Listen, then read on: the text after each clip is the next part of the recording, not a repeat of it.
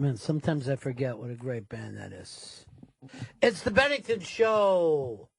It's a birthday show. I'm Ron Bennington. There's Gail Bennington. Yo. Stanley Stans Bennington. Sup? Good to see you guys again. I'm doing a lot of radio without you lately. I noticed. But, you know, this week was Black Rock Week, right? Yes, Yes. it was, yes. Would you actually consider Rage to be a black band? Up to this point, I was on board. This was Chris Stanley's pick because I think he thought it was uncool to play Lenny Kravitz. Which was that was it? Well, going into 90s black rock, I contacted a 90s black rock expert, and they pointed me in the direction of Rage Against the Machine. Well, you got what? One guy who's black? ish. Tom Morello. Yeah. How does that make it black rock? Earl Douglas is on with us right now to settle this. Earl, does this band pass muster for black rock? Absolutely. Without question. So what is the criteria? Well, within the BRC, it was either, it had to be a self-contained, originally it was a self-contained act that didn't play a lot of covers. Basically their focus was on original material. And the band leader or the front man had to be a person of color. And the band leader of Rage is who? Tom Morello. So you say because Tom Morello is a person of color, black rock. Yes, he was a member. Well, he still is. He's still a member. He was a member in the LA chapter. I didn't know he had an LA. Who put that together? LA Reid? No, no. We have an LA chapter, and I didn't find this out until he did Eddie Trunk's show, that metal show. Mm-hmm. He was like, yeah, I went to meetings. The LA meetings were at UCLA. He goes, yeah, I went to the meetings before we formed the Rage. So, before and as Rage was forming, I was a member. I went to meetings. Now, when I brought it up to Chris, he's not saying this on the air, but he told me that Zach was black as well, and I go, no, that's not true. Mexican. I believe he is of Mexican descent. I always thought he was a black dude. Primarily Mexican descent. What's the other part? White. Oh. Black? The other part black? That would have been great. That would have been a slam dunk if that would have happened. Then I would definitely give it to you. Yeah. Everyone said it so she was like, black. Yes, white. Black. Why not? Why a white rhythm section then? I don't know. I mean, maybe I guess that was, you know what? Bands are all about chemistry, and I couldn't imagine that band without those two other guys, without Tim and Brad. All right, let me try. I can imagine it. Yeah, I actually had. You're creative. I had a unicorn and a talking bear. But that's my imagination, like I try to tell kids. If you can imagine it, you can dream it. And if you can dream it, then you don't have to do it. God, I envy you. Yeah, that's why I go around speaking at elementary schools. And then I say, smoke what you are, and I let up a cool. Earl Douglas, what's happening with you lately? So, Chris, I can't fight with you now since you brought the Black Rock Coalition into this. BRC. Now, Earl, tell everybody about your book. Proud to announce that Black Rock Volume 1 is now a permanent part of the New York Public Library for Performing Arts. Wow, that's Nice. so exciting for you. That's so cool. So you're part of history now. Yeah, I think as long as there is a New York Public Library for Performing Arts, you can go in and check out Black Rock Volume 1. Wow. Please return it. Yeah, return. It's the only one that's ever been made. Yeah, it took a while. I got the official word earlier this week that it finally happened. It finally got cataloged, and they sent me the link to the catalog number and everything. It's pretty crazy. I hope someone checks it out, though. I hate those books that you pick it up, no one's ever checked it out, or you'll just see one and it'll be 1968. No one's done it since. Earl, do you get a list of everyone who's checked out the book? The FBI keeps that list. It's like in I don't know Seven. that. Everyone who takes it out is followed from that point on. Well, Earl, congratulations on that. You're on top of the world. You know, I talked to Ant. He said that he would love to have you on the show. Maybe this would be the time to do it, too. Yeah. I mean, The debate. He's ready to do the debate. The great debate. I don't want to do the race debate. I mean, Why don't we do Black Rock versus White Cops? I don't want to do Black Rock versus White Cops. Black Rock, alone, is just a really fascinating and interesting topic. Jambone in Philly has the question for you, Earl. Go ahead, I had a Jambone. question for Earl about Black Rock. So I guess Bruce Springsteen, that's Black Rock, right? I mean, not Clarence. Well, you got Clarence, but Springsteen's, listen to what's Springsteen's nickname, the boss. He fronts the band. Right, but the change was made uptown when the big man joined the band, Earl, you can't forget that. So it is. So it is done. Earl, is there any truth to this that you're going to start doing a Periscope show for the Interrobang? Oh, wow. Do it. This is news to me, but I like the idea of this is my idea. Earl Douglas's tour of New York. How about Earl Douglas bringing out ads? Okay. We didn't know he was still here. Sorry, Earl. Earl, what would you rather do it on? If not Earl Douglas's tour of New York once a week. Tour of New York. Tour of New York is cool because there's always what's left of these cool little side places. Right. And yeah.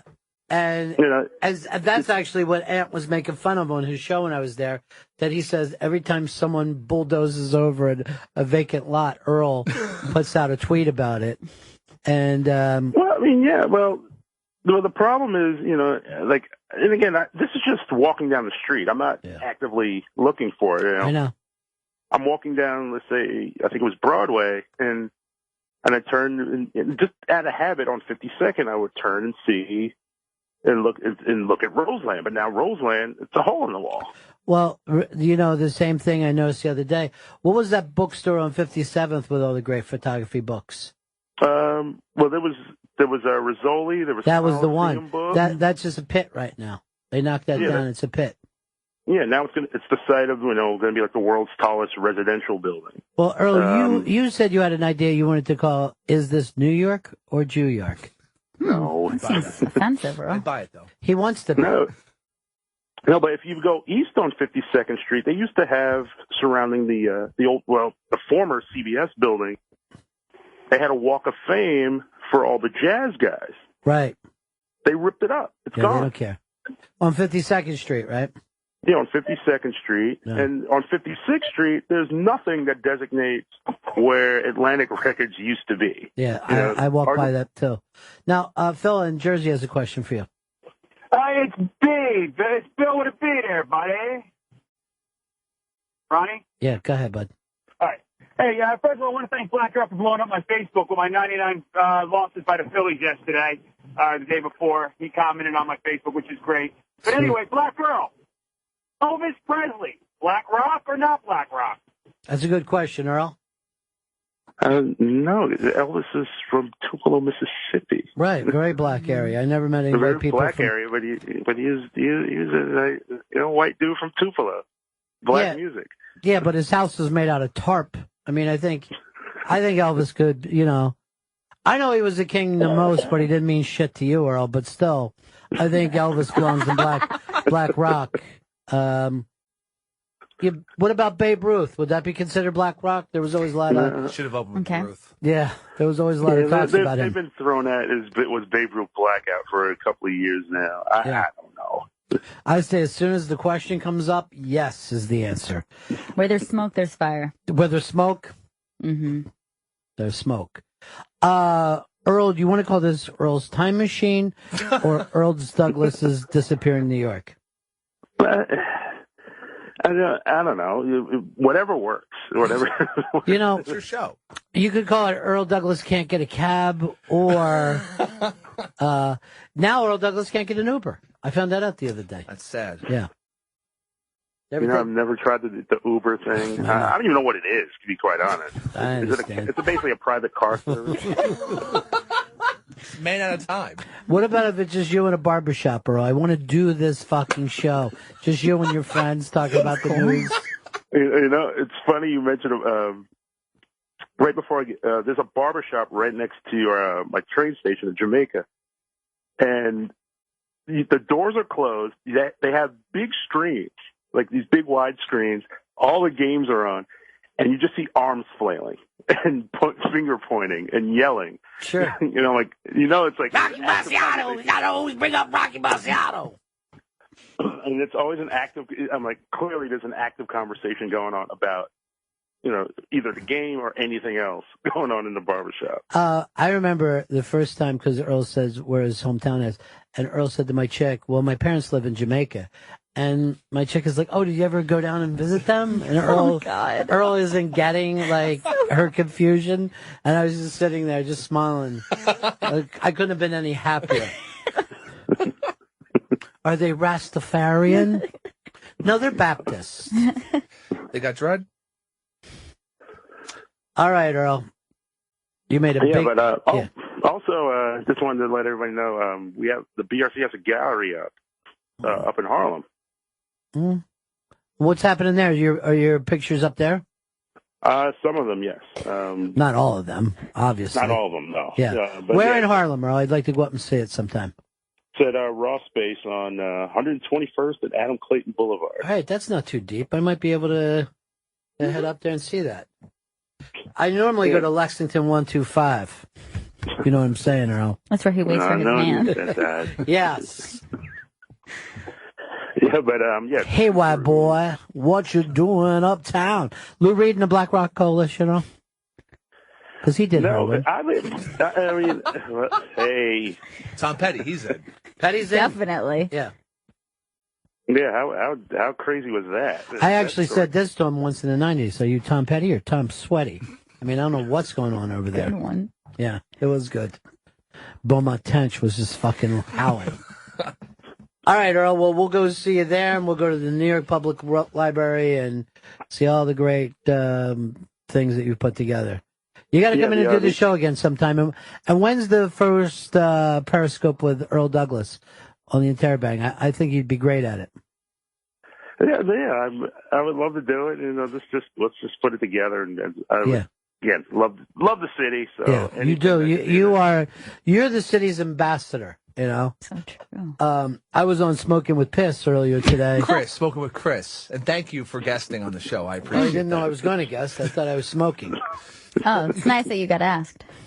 Well, the thing is, Chris, some other people aren't big on the girls, you know? And it's a boys' club. It is, yeah. And you got to smoke.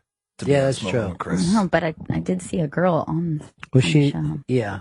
Well, because she just happened to be sitting there, you know, asking me career direction. Well, I don't know what I have to do to get booked on that show. I really don't. Well, you got a big booking coming up soon, right? I do, but I'm not going to announce it. Oh, you're not going to announce it? Not just yet, because I don't know. I don't know how it's not locked in? It's locked in, but I don't know when this person announces things, so I will check in. Oh, you don't want to be the one who announces first. Yeah. That's smart. I've never done that. I've never thought of anything like that. I just blurted out. All right, talk to you later, Earl. Peace. Talk to you later, guys. Peace. Check you later. Check you later. Check you later, Earl. Check you later. What is it, Chris? What is it? We have our buddy comedian Joe Larson coming in. Right now? Yeah, right now. Very yeah. nice. Let's bring him in. What about Joe on the Twitter? Why don't you announce what he's doing there, Chris? Joe's hosting the first annual Giggles and Grit benefit at the Seattle Comedy Underground Wednesday, October 14th. That's next Wednesday at 8 p.m. Go to comedyunderground.com for tickets. The Giggles and Grit benefit will raise money to aid families that have to relocate due to their child's need for treatment at a major hospital. But also performing on the show will be David Crow, John Keister, Andrew Rivers, and a musical performance by Aaron Jones. Well, that sounds fantastic. And it's where? That's at the Comedy Underground in Seattle. That's the Seattle Comedy Underground, Wednesday, October 14th at 8 p.m. Go to comedyunderground.com for tickets. I always like to see Joe Larson. How are you, buddy? I'm great. I owe you a huge thank you. What's that? I just got back. The last time I was here, we were promoting my show on Discovery Family, and we just got the numbers back, and it was the #1, their greatest premiere episode, ratings-wise, they've ever had. Well, that's fantastic. So you guys, thank you. I mean, you guys made that ahead. You guys. No, it's you, buddy. You look like a World War II fighter pilot. You are perfect for television. You've got the mug for it. Well, I'm off to the front. I'll see you when I get home, darling. If I was doing like a Saving Private Ryan, I'd have you booked as an officer in a heartbeat. I'm gonna put that on my resume. You should. Yeah. You absolutely should. But I'm upset by that. You're doing a benefit show for someone? Yeah, so what happened was about 3 weeks ago, my wife's childhood friend turned cousin.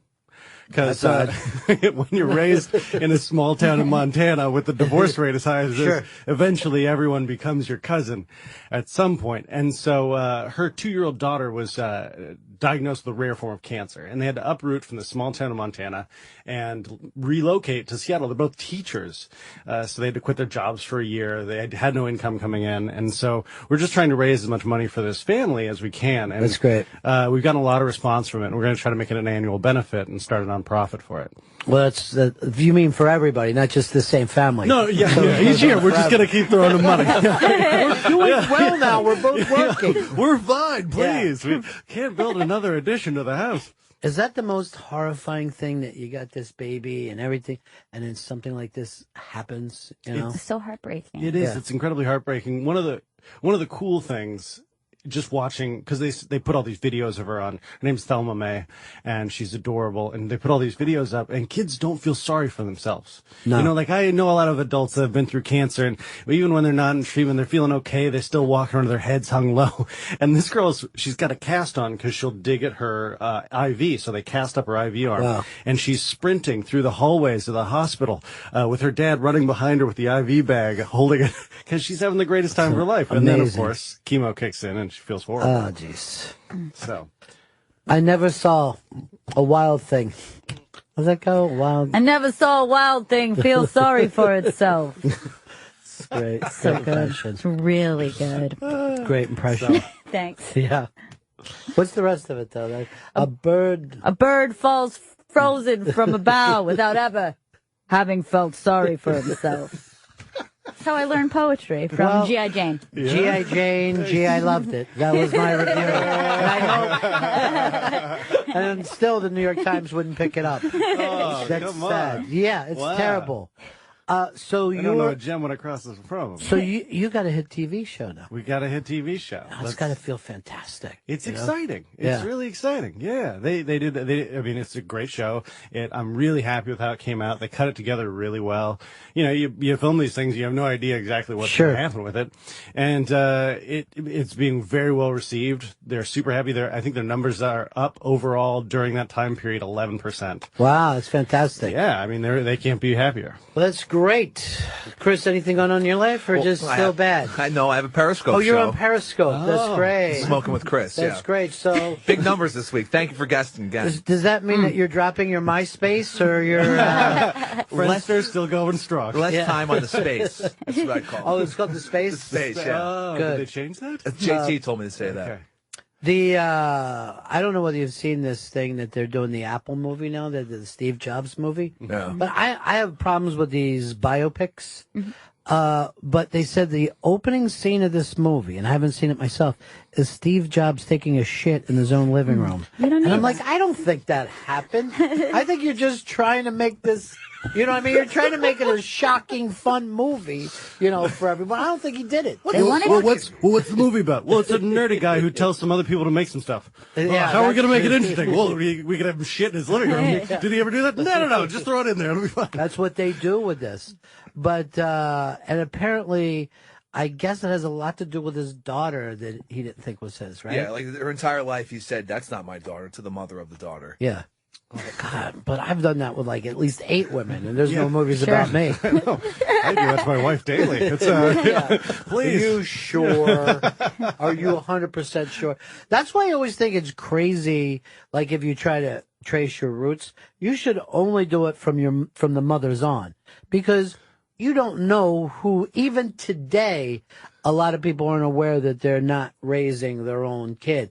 And as we go back in time, all that shit was lies. You know? Yeah, you had to survive. Yeah. In the 1850s, there was no Maury. No Maury No, Povich there around was in the no, 1850s. yeah. They didn't know. The guy went out to milk cows. Somebody else came running in. 9 months later, they have a black baby. And you're like, wait. Well, I'm not going to say anything. That's how my great-grandfather popped out, as a matter of fact. Is that right? Yeah. So, no one knows. But it was like one of those, they were Norwegian, like stoic, don't talk about it, and they just raised him and just didn't hug him as much or whatever it was. Yeah, whatever it was. You acted like you were mad about other things, but not exactly. This milk is too warm! But we don't really know. I don't know why we bother tracing our lineage with men. It's ridiculous. Yeah. Yeah, personally, I don't understand why you trace your lineage. I don't care. I don't care what came before me. I got a lot of stuff to deal with right in front of me. That's a lot of spare time. You know what they say though? It kind of happens to people at certain ages. Like my dad is obsessed with it now. Yeah. And then like he tries to tell me, well, he wants Gail to join the Daughters of the Revolution. Yes. I'm not lying about this. He brings it up constantly. Yeah. Now, what's the Daughters of the Revolution? Is that? Oh, that. It's so like you guys like Mayflower people? Is that what it Yes. is? Well, I'm like 1/4 Mayflower. I think that's a race. Well, the Mayflower people didn't fight in the Revolution, but early Americans on that side. You guys were just the first dicks. Yeah. Totally. Yeah. That's all it was. But Chris, how far can you trace your family back? I think it goes to great grandfather that's as far back as I can go, which is maybe 1800s, maybe. Great grandfather is. I mean, that's... Yeah. I mean, that's only your grandfather's dad. That's as far back as you go. Yeah. Yeah, that's it. And where they live, Astoria? No, they live 2 buildings over. Still in the same apartment. Doing well. He's doing well. Yeah.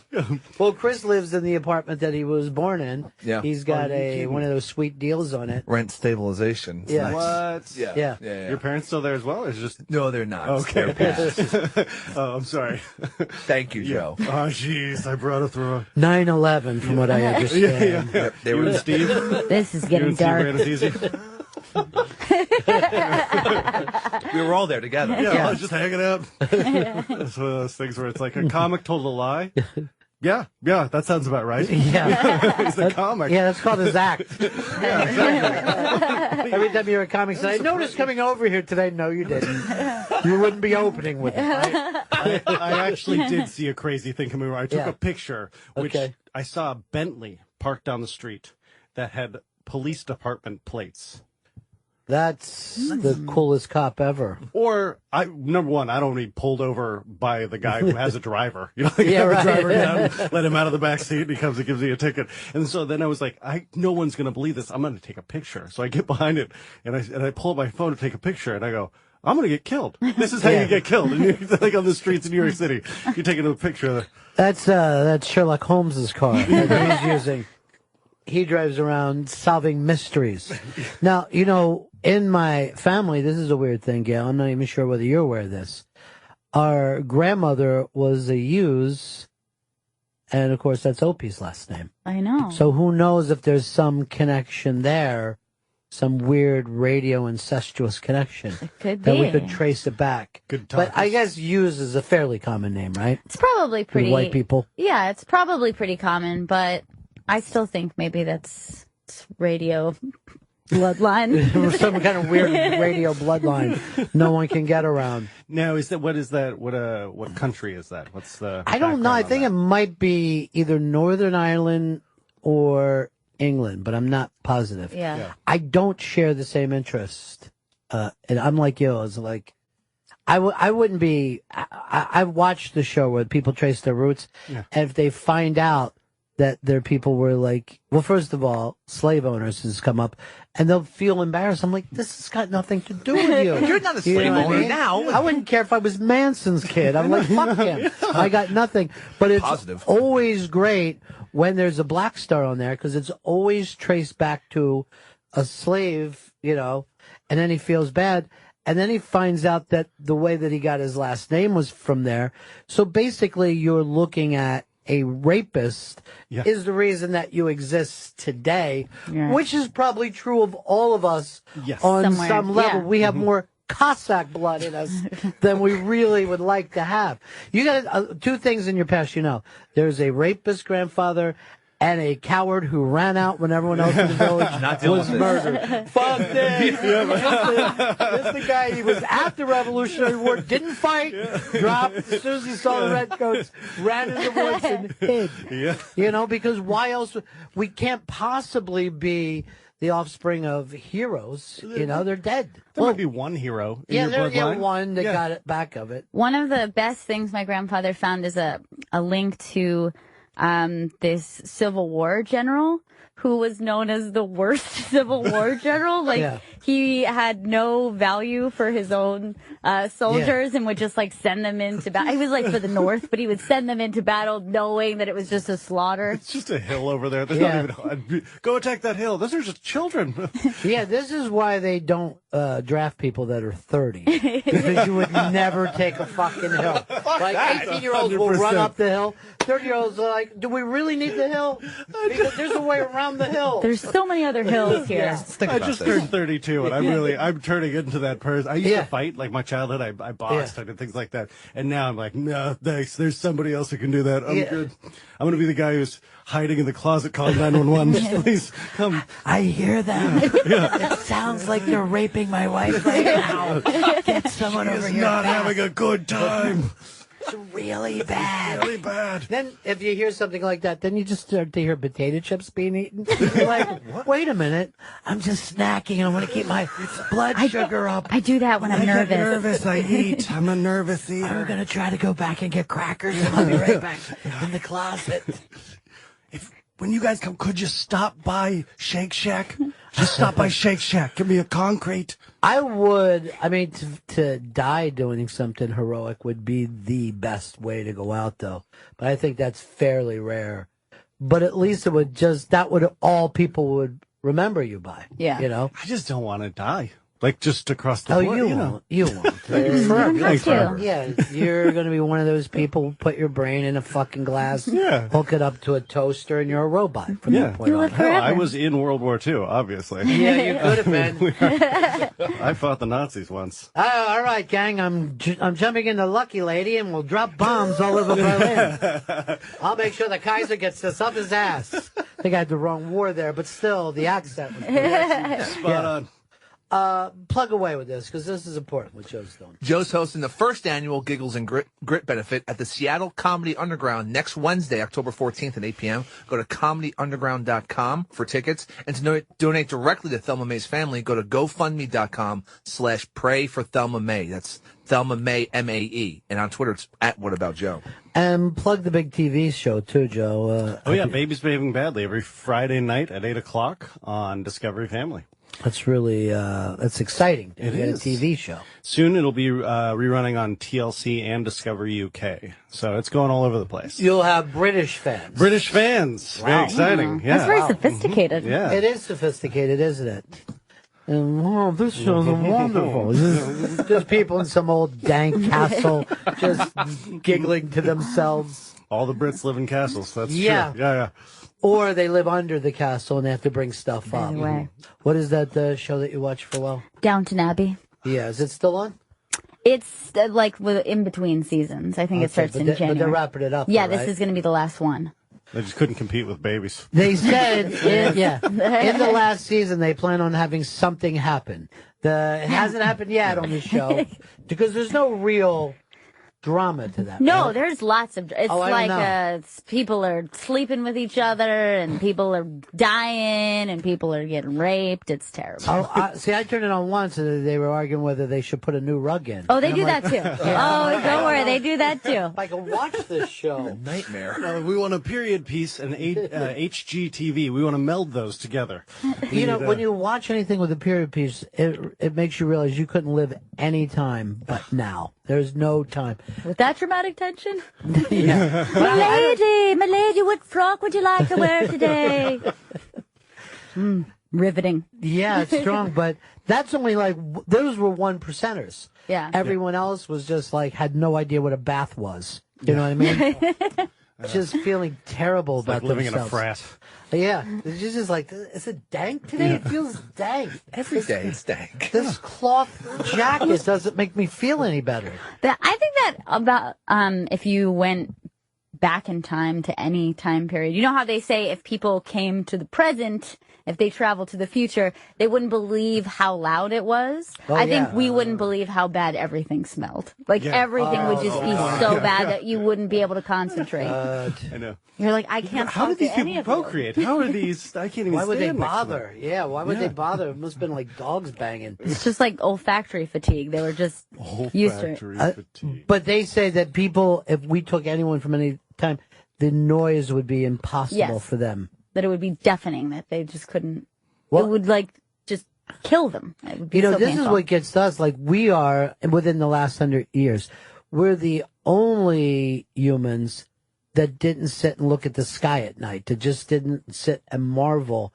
Like when you go to a planetarium, that's what the sky looked like everywhere until the electric bulb. Yeah. And now we are cut off from that thing that humans have done for millions of years. And when without light pollution, then the way that you could see the haze of the Milky Way galaxy used to be so much more prominent than you could ever see it. Now you have to travel to a couple places to see what people anywhere on Earth saw at any time.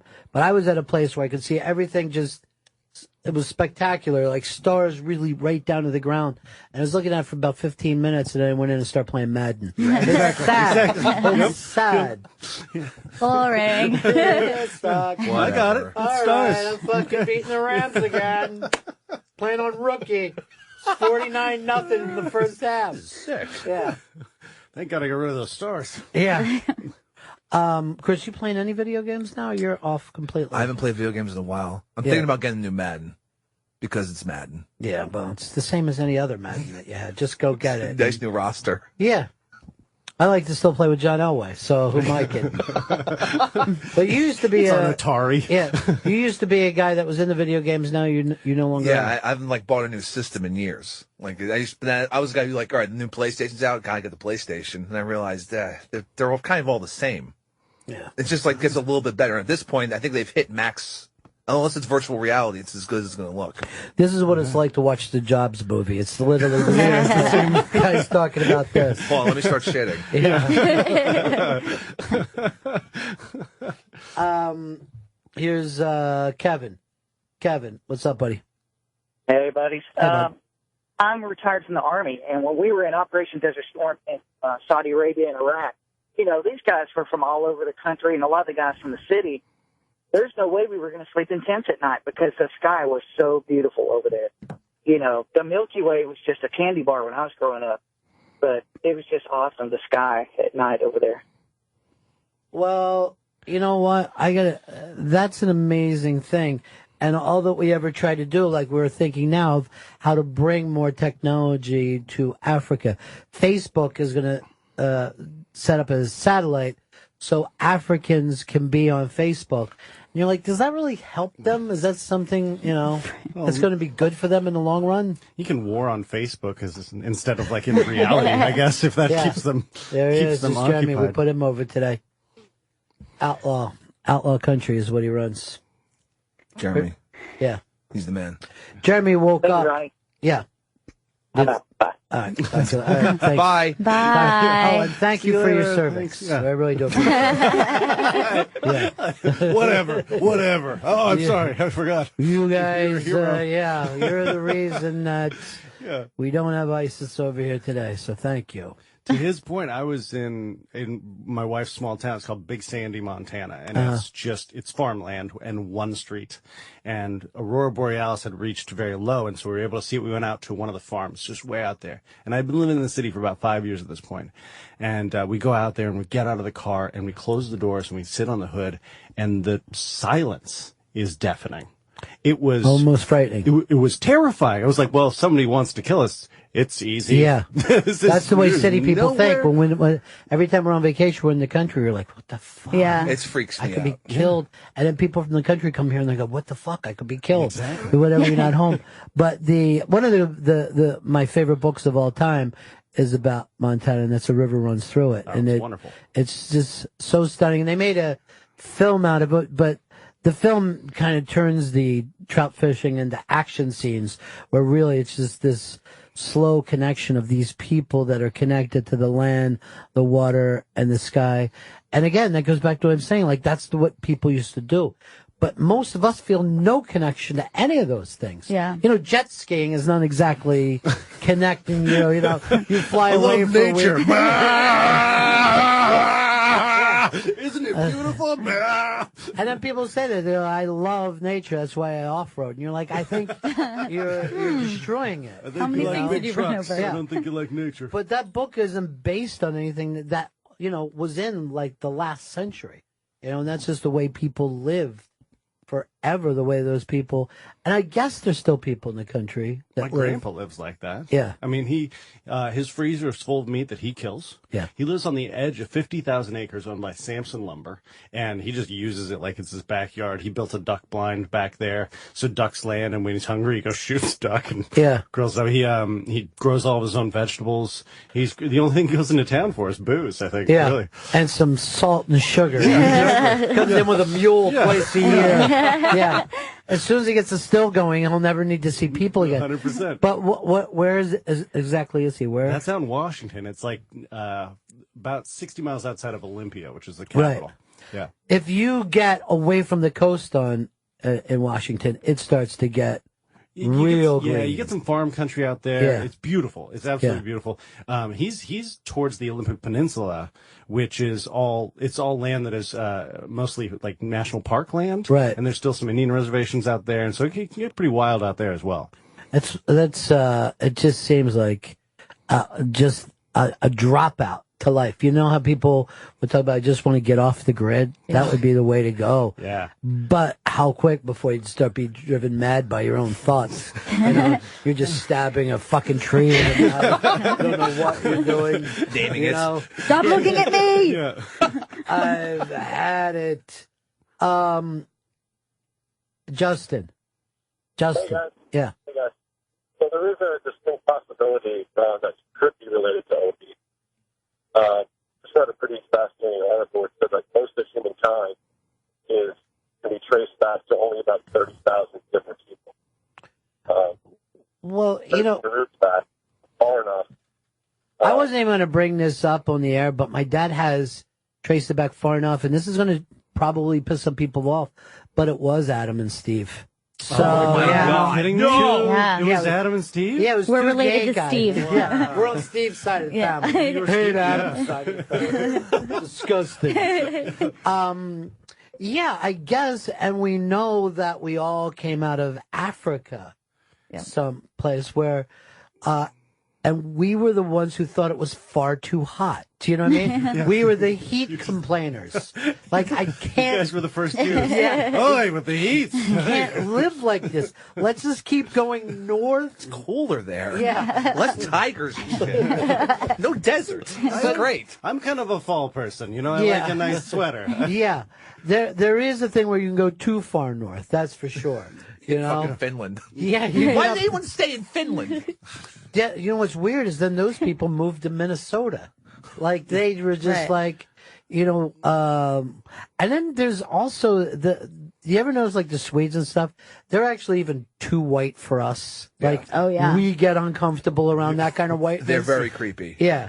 And like we suddenly feel like Puerto Ricans as soon as we're with Too those much eye white contact. people. That's it. Yeah, and with like zero warmth about them at all. Yeah.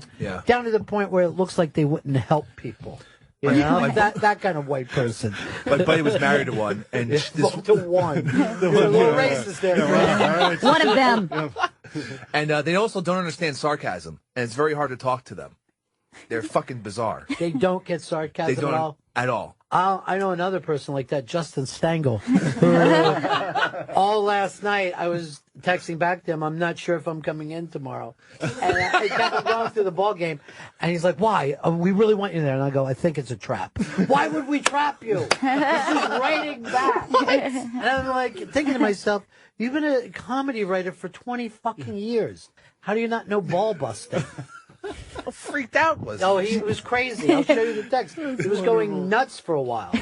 Seriously, Ron. Yeah. I was going to show it to Aunt, but he'd put it up on the internet. So I'm like, no, Great. I better not. I better not do that at all. I got a car about a year and a half ago in the city, and I was parking it, and I would text my wife where it was so that I just had it. She said, stop texting me, you're responsible for the car. Yeah. So I started texting just a random number in Seattle, and she texts me back every time, hey, wrong number, hee hee, or wrong number again, smiley face. And if I do like 4 times in a week, she's like, seriously, you gotta stop texting me, this is kind of ridiculous. You don't know me. Yeah. Wait till she starts hitting on your fake guy, and you're like, wait. But people around the country don't realize you got to move your car when you have a car in the city, and that becomes kind of your job. Oh, totally. You're on it so much. Yeah. On my block, there is nothing like the day that the cleaners come, and everybody on the street moves out in the middle of the street, and then you'll see 800 cars parallel park at the same exact moment. It's like some weird ballet. And they're all synchronized parking. It's a beautiful thing. Poach another spot, and everyone's ass early in the morning. So everyone's go at it over that. Yeah. That's all that matters. That's like it's your life's so work. exciting, though. It really is. And it really brings the neighborhood together, like, because people are out a half an hour before just talking about, basically the funny thing about New Yorkers is they basically talk like jailhouse lawyers. They're always saying how you have a right to do something at all times. Everyone in New York does know the law. Yeah, very well. They certainly know real estate law and how long it takes you to evict somebody. Yeah.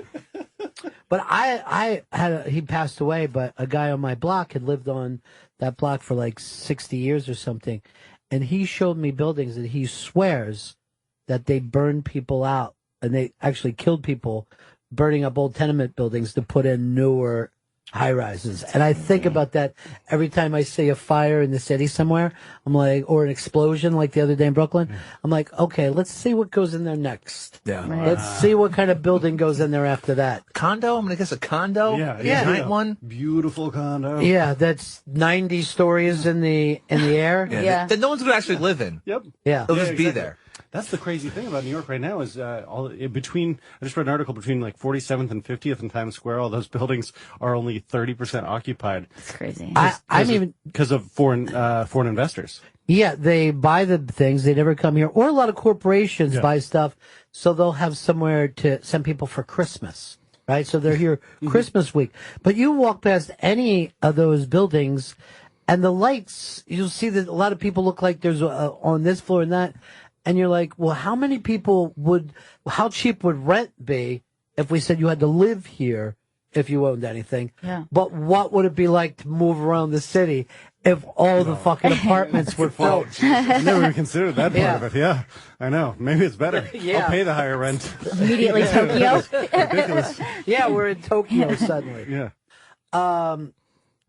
Let's keep plugging away because he's doing a great gig here. Joe's hosting the first annual Giggles and Grit benefit. That's in Seattle at the Seattle Comedy Underground, Wednesday, October 14th at 8 p.m. Go to comedyunderground.com for tickets. And to donate directly to Thelma May's family, go to gofundme.com/pray for Thelma May. And Babies Behaving Badly airs Fridays at 8 p.m. on Discovery Family. What's the Seattle scene like now? Is it happening? It's Seattle's one of those cities that's just out there. There's nothing else around it. Yeah. So it's kind of cool because everybody from outside of Seattle travels in. But then again, it's out there. Yeah. So there's not much going on. The Underground's great. They got some great comedy clubs. They got some great comics. Right. David Crow is one of my favorites. He's on the show. John Keister hosted one of the funniest shows up there. It was one of those, it was on before Saturday Night Live and had the similar format, but it was all local humor. It actually got syndicated nationwide. Didn't work because it was all local humor. It was so local. It was hysterical. Everybody's like, what the hell's Ballard? And why are... Exactly. It was hysterical. It'd be like us making jokes about our children by name. And so anyway, but there's some really cool things that come out of Seattle because it is sort of, you're out there, you got to make your own fun, and it gets interesting. That's for certain. Well, I think that's how the grunge thing blew up so big, is that they had to perform for each other. Yeah. You know what I mean? You couldn't just depend on, there's be enough bands coming through. And look how great that worked out. Yeah, no one came through Seattle in the early 90s, and there wasn't the internet at the time. Right. To like, you could look it up and you could kind of emulate these things. So they created their own sound, and they took over the world with it. Yeah, and we ruined it for them. You know what I mean? Like, as soon as people found out, people that shouldn't be there started moving there immediately, ready for a record deal. Totally. But there is something about being away from everyone else, your chance to invent something. It certainly could work for, when you think of how many comics just for years attempt to be another comic without even knowing that you're doing it. Yeah, what's the deal with that? What's the deal? I'm a black guy from Detroit. Hey. But it's true. That kind of stuff gets stuck into people, even when you don't want it to. You're not trying to do that.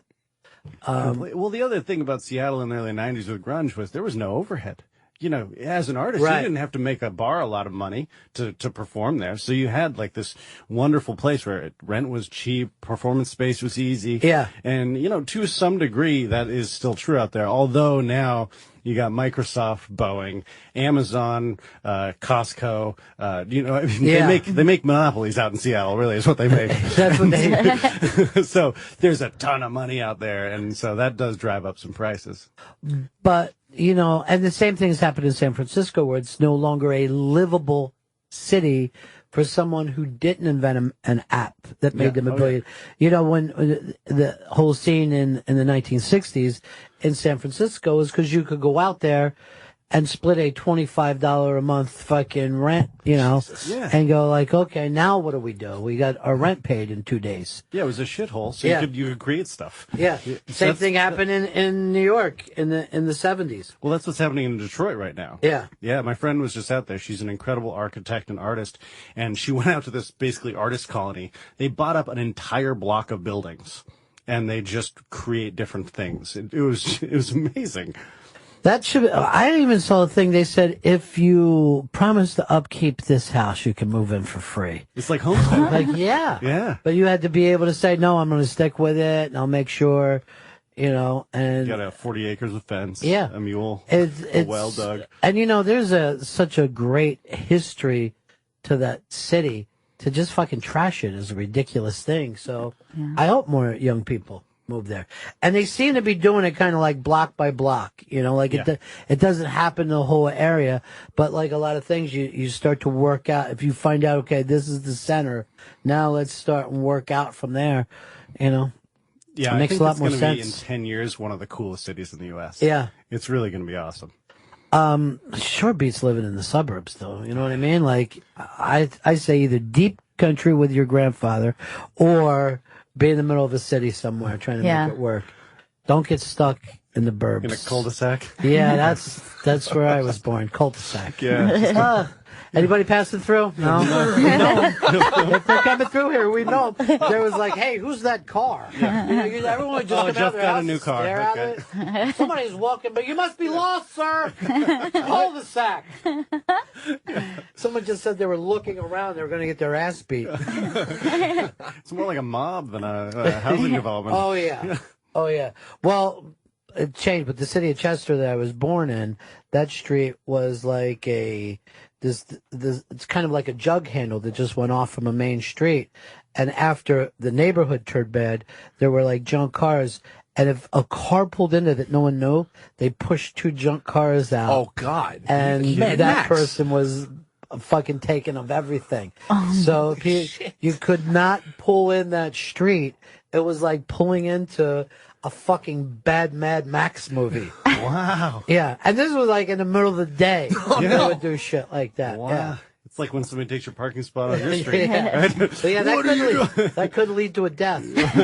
They love their parking spots. A lot of people go like, yeah, you're going to think tonight, don't want to move my car. I know. Just come out and look at it. Have a great spot. Plans just for that. Yeah, definitely. Can't make your party. Yeah, I moved my wedding.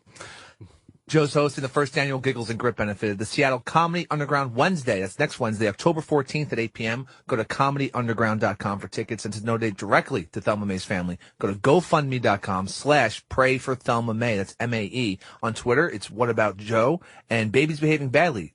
Airs 8 p.m. on Fridays on Discovery Family. Joe, thanks so much for having you stop by today, man. It was great. Thanks. Who we got coming up, Chris? Mr. Paul F. Tompkins and Marc Evan Jackson. Oh, very nice. Nice show. Oh, yeah. We're doing very well for ourselves. We'll see you guys in a couple seconds. Well, that was great to watch it be done. You know, the lip sync battle was going on here. Gail, could this even be our show? We've got Paul F. Tompkins. Exciting. And Marc Evan Jackson together at the same time. Now, here's the thing. And I've told this to Paul. He's just got my number. I just think that he's the funny. I watched your special already. Thank you very much, Ron. And your pain brought me such joy. I actually started to wonder if there was something wrong with me as a human being, because you're at your lowest point, and I'm in tears of joy knowing your pain. Much like our Lord Jesus Christ. Right, that's true. But I always give you credit for, you're a well-dressed man, and you've got one of the great, comedy voices.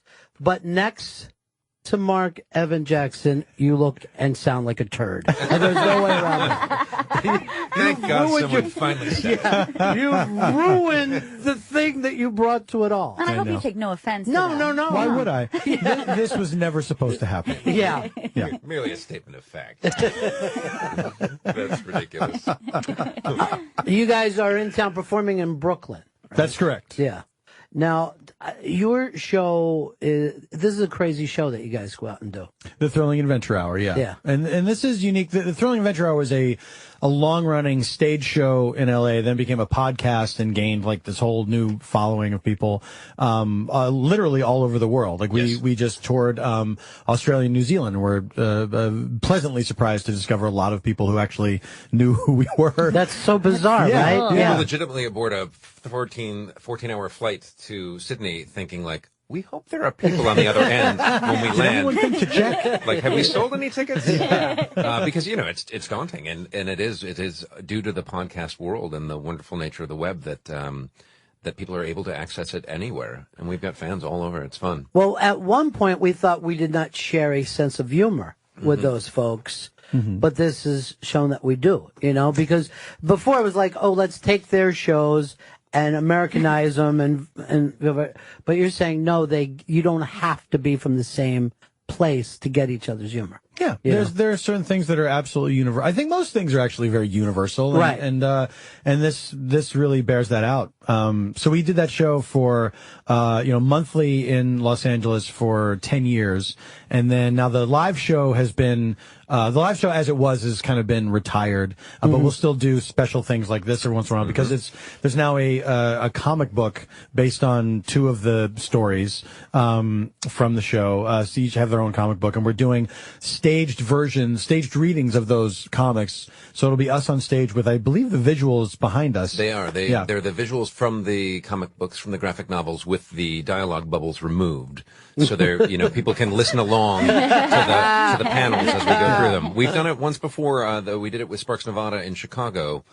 Feels like a long time ago. I think it may have been May or something at C2E2, and it was really fun. It was it's not the full production of the Thrilling Adventure Hour, which was often some Work Juice or Patriot brand cigarette ads, and then Sparks Nevada, some middle bit, and then Beyond Belief. It's just, for instance, tonight we're doing 4 different comic books of the of Sparks Nevada, 2 in the 8 o'clock show at Littlefield in Brooklyn and 2 in the 10 o'clock show. And I think you have something similar going on at the Bell House tomorrow with Beyond Belief. Yeah, we'll be doing 2 issues each, early show, late show. I'm looking forward to it. It's a different thing than we usually do. But what I love about it is, like, you guys never thought of this as something that would be ongoing when you first did it. It was absolutely not. Pretty much absolutely not. In between work, hey, let's do this fun thing. Exactly. That's exactly right. It was a thing we could do on a Saturday night, started out at a bar in Hollywood, and where we would be in the audience with the audience and drinking next to them, and then we get called up on stage. Will you excuse me for a moment? I've got to take the script and go perform for you. Now I'm putting a napkin over this glass. That means don't take this away. Still using this. But for you, Paul, like Marc went on to have an actual Hollywood career. Sure. Hey. So, It's true. It's very true. so now it seems even more bizarre. You know what I mean? Like, here's the guy from TV and doing this stuff. Yeah. It used to be I was the draw for that show. I'm still confused who we're talking about. Long time ago. Oh, please. Long time. Whatever, dealing with it. But I'm going to bring up your special again on Comedy Central. It's so damn funny beginning to end, all in, just these strange stories, all based on truth. All true. Everything in it is true. Yeah. What? Frighteningly funny. Yeah. It's called Crying and Driving. Is driving about learning to drive? Yes. And crying is literally about crying. It's not a metaphor. It is not. No, there are no metaphors in this whatsoever. Yeah.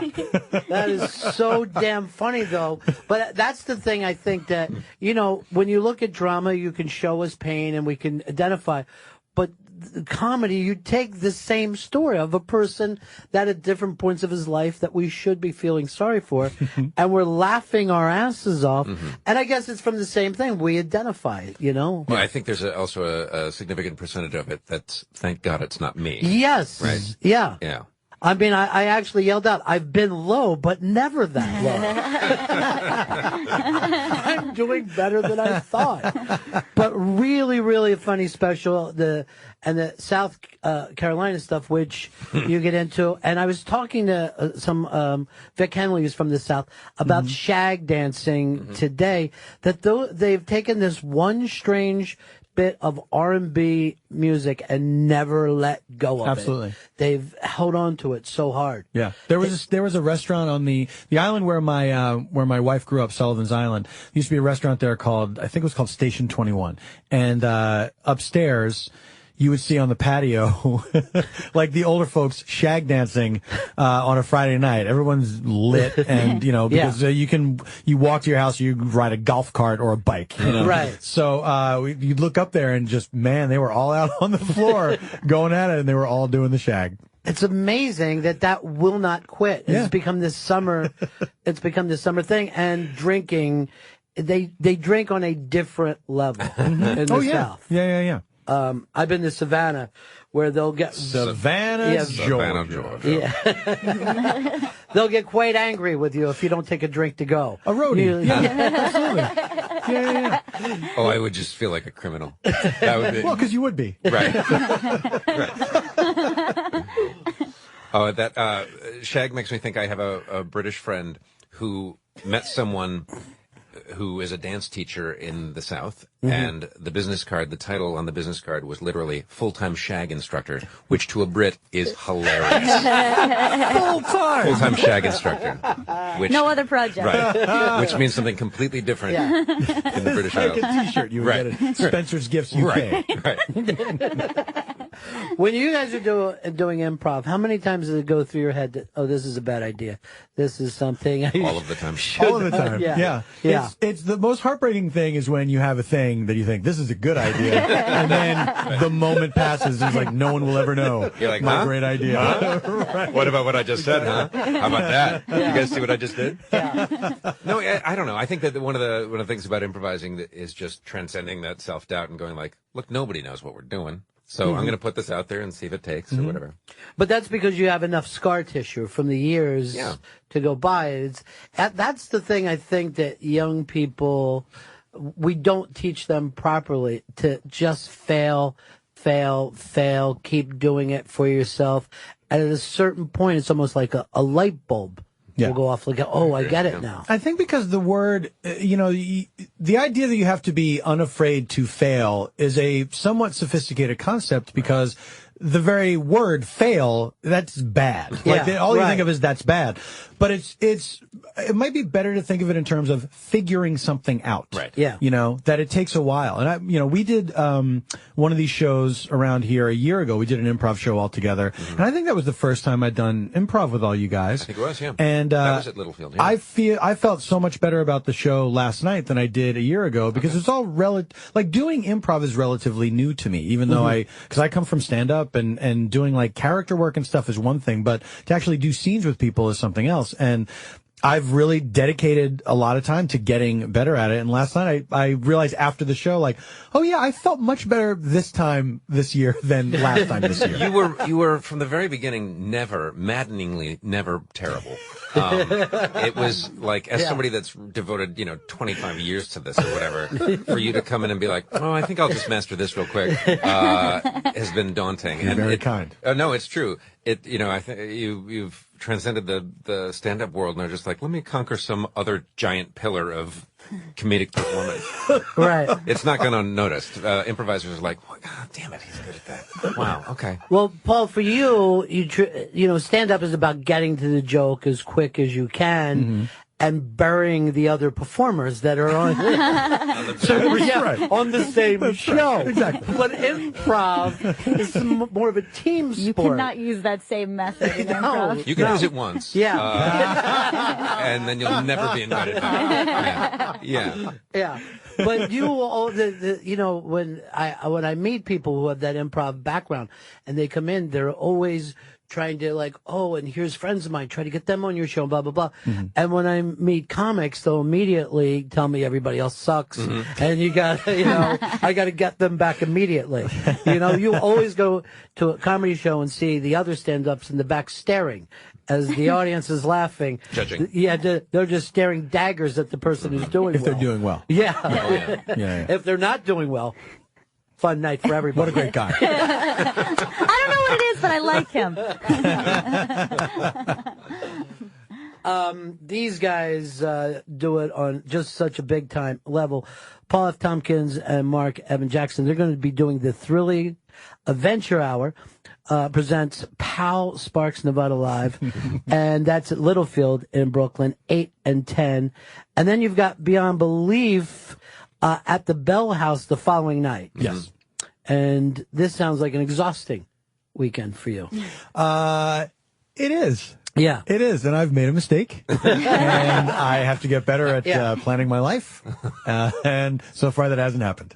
But how did you guys get together first? Because it's such, kind of different backgrounds, right? We met through the show, through the Thrilling Adventure Hour, yeah. Ben had written a feature script for Sparks Nevada, and they were, sort of new young writers in Los Angeles, and they were like, well, we know a handful of people. We should, Ben Acker had been teaching at Second City and working at Largo, at the old Largo on Fairfax, and said, why don't we kind of just do a staged reading in the living room with some friends?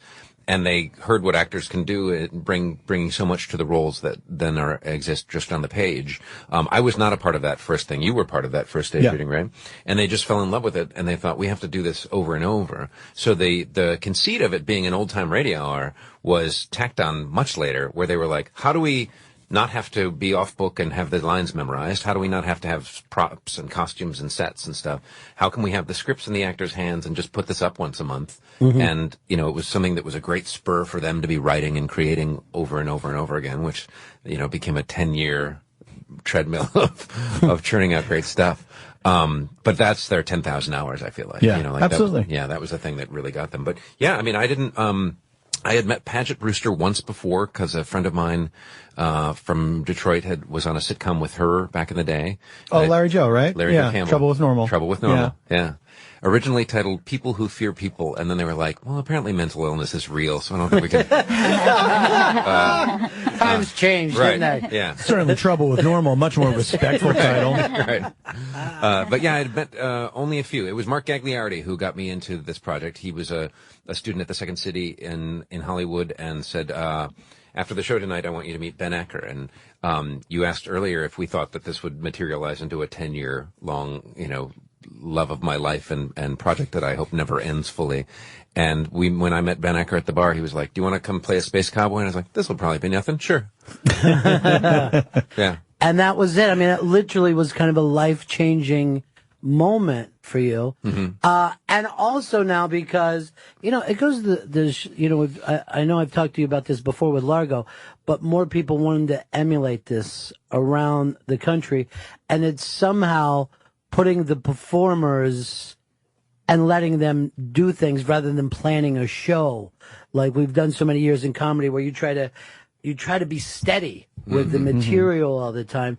To let you guys play, I think is what happened. Yeah. I mean, we were lucky that we have, the scripts are solid. And so there's a solid foundation there that, many of the episodes you won't hear any improvising at all. You won't hear any ad-libbing whatsoever. Really, most of the ad-libbing came from reacting to the audience or something that happened on the stage. A mistake that happens. Yeah, but a sound cue that launches early or doesn't launch. Yeah.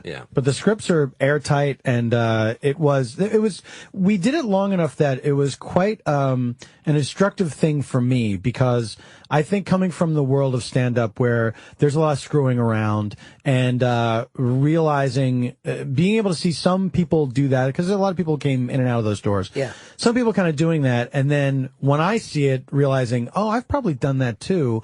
And probably the thing is, really serve the text that's in there and do that the best you possibly can do it. Right. Make that the challenge, as opposed to winking at the audience in some way, And then that was so rewarding, to just stick to the script and, I agree. Not step outside of it it's a great thing. No, to try to maintain that reality. Early on, I think it was, because as Paul said, we were doing it at a place called M Bar, which it was an 88-seat cabaret, where we could literally see and smell what the audience was eating, like right in front of us, kind of thing. And we were shoulder to shoulder with them. It was not a theater. There was no backstage. So we were truly standing there and drinking with them. And I just think it's one of those things that you early on could have treated it sort of like, we all know we're recording this. This is an open voiceover session kind of thing with some wink. And then you're like, no, this is theater. Like I'm meant to be this space cowboy, and let's serve these realities and honor them. And we don't really play too much, but it's delightful to be with people that when something obviously that's an obvious mistake takes place, there's like, well, we'll make some hay out of this for a minute and then get back into it. Yeah. And sure. Not keep poking the bear. But how much of a danger is it to be in the moment if you have the script in front of you? Isn't there sometimes a danger where you catch yourself reading instead of... That is the biggest challenge for me for that show is giving, because everyone gave a full performance, but you don't want to be so married to the page that you're not like... and it's a weird skill that we all developed of like knowing when the other guy talks, that's when I'm going to look at my script so that when I can look back up again, it's like hurriedly like memorizing it chunks at a time so you can give a full performance. And sometimes over the years, we've seen video of the show. And man, there's nothing worse than when you get to see yourself looking at the thing and reading. It's like, no, I don't want. You should know that. Ever see this. And then realizing, like, well, this is what everyone saw, the audience saw every time we did it. Right. For when 10 you years. hear it back, all you hear is the performance. Yeah. Thank God, because that's how most people are consuming it. But yeah, it became its own weird little skill that we all got very good at. There's a fascinating thing that happens from time to time, which is exactly what Paul's describing, where you're like, okay, I'm listening to your line, and I've got two more lines, and then whatever. Then I'm going to say my thing. And so you look up, and you're reacting, and you're interacting like an actor should. And then you look back down at the page, and you're like, well, this isn't even English. And you're like, I don't recognize where we are at all. Yeah. Like, and then for me, it's just straight fear, like absolute panic. Yeah. You're like, I just started sitting here. it's horrifying. You're just listening to these other people talk, because you might go a few pages where you don't have any dialogue. Yeah. You're like, well, I'm not going to stand there. I'm going to like react to everyone, and then after a while, it's like, when? Yeah. I think I say something very soon. Right. And the thing happens too, where you're like, this is weird. No one's talking. I bet it's me. I bet it's me. I will, and I'm embarrassed to admit that it took me every moment of 10 years of the Thrilling Adventure Hour. Like, I probably figured it out 2 or 3 episodes before we brought the show to a hiatus, that I can actually read the person's script that I'm acting with. So if it's Marc Gagliardi, bless your eyes, yeah, my friend. So it's it's right here, so I can keep mine low, and I can really just read off yours. Yeah. But this has got to, brought new muscles into your acting, of course, right? Absolutely. Because you can't stamp around the stage and visually grab the audience. Yeah. It's a unique skill set. It's micro acting. You can see it actually on the concert film, the DVD that we released, where some of it's stage acting, some of it's radio, some of it's voiceover acting. It's a unique thing, and for me, like, at no point, I don't know that it'll ever come up again, that I'll be allowed to play one dude for 10 years. I mean, how often does that happen? Yeah. I mean, I'm open for it, Hollywood. I'm available. Brooklyn Nine-Nine. 12 seasons in a movie. It just wants to see that movie after 12 seasons. The actors. And their agents. Right. This would be fantastic. But, you know, for you two, Paul, for so many years of being a stand-up where you do things alone, whether you like it or not, you know, even if you're on a show with a lot of other people, you're still alone. Yeah. How is this a different experience for you? You know, as much as I love stand-up, I really love working with other people. It's because stand-up, it's the best thing is you get, when it goes well, you get all the glory. Right. But that's only so great. You know what I mean? Like, and the more you do it, the more it feels like, well, yeah, that's my job. I was supposed to go out there and have a good show. And I'm glad that I did, but I've heard this material before. Yeah. You know what I mean? So it is somewhat diminishing returns, not diminishing returns, but you have to dig deep sometimes to find the newness and the freshness in your own material. Yeah. Because you've lived with it for such a long time. You're living with an hour of material for a year or more, you know, perfecting it and honing it and all that.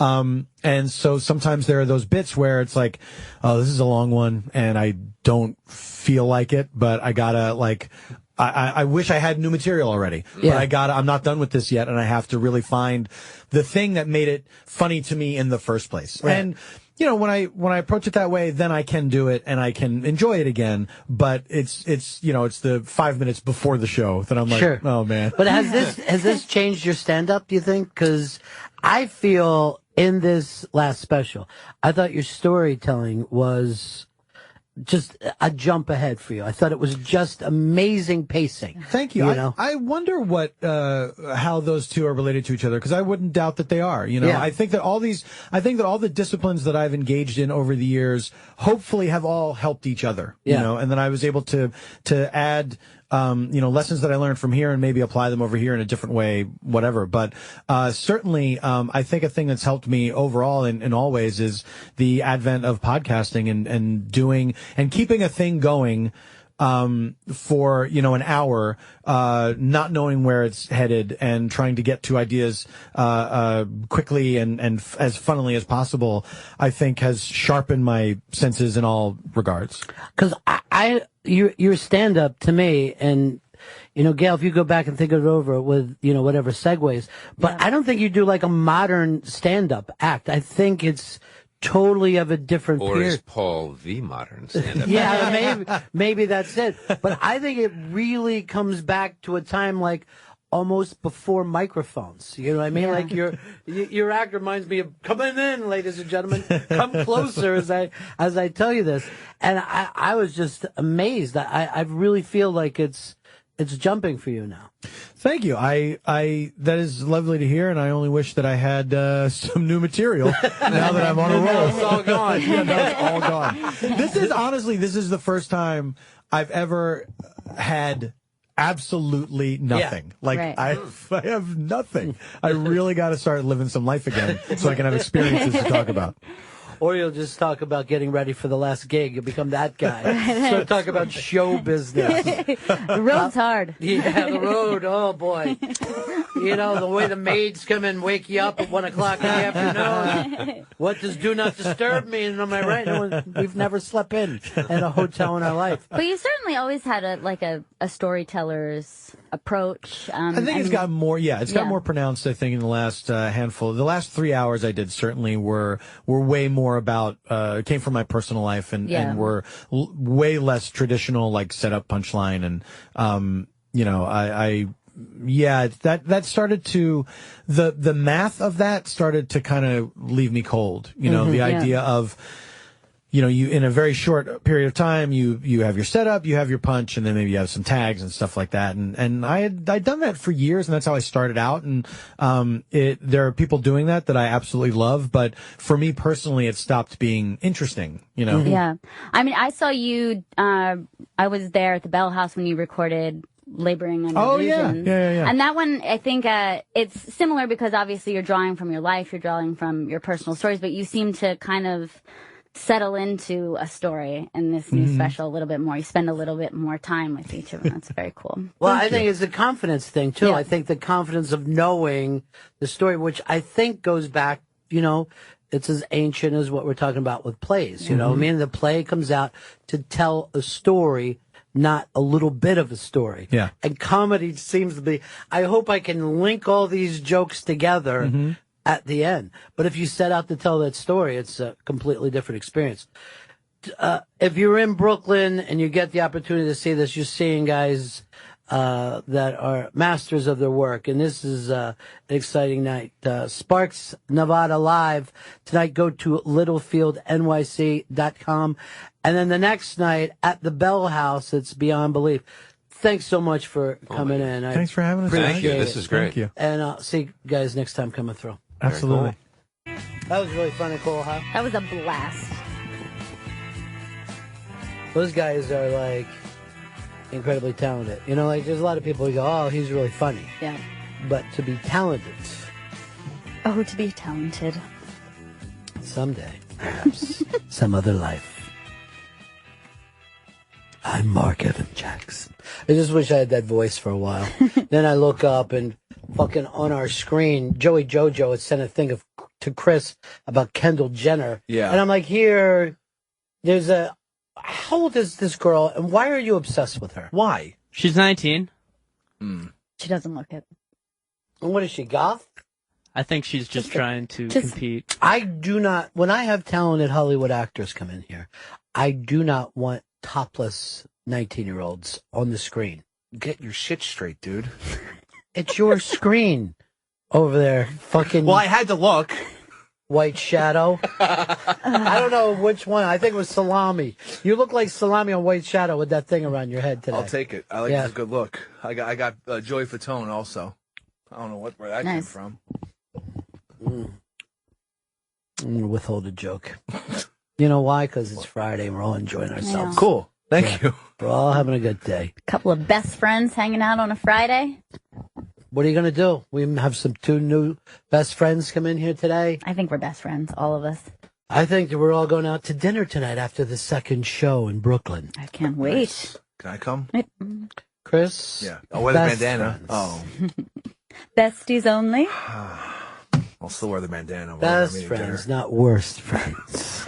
This We're is- not enemies. Oh, yeah. We're just the worst friends. Says Chris, he's my worst friend. I've never even thought of that, but I guess we all do have a worst friends. Not just someone that you know, but as your worst friend that you have.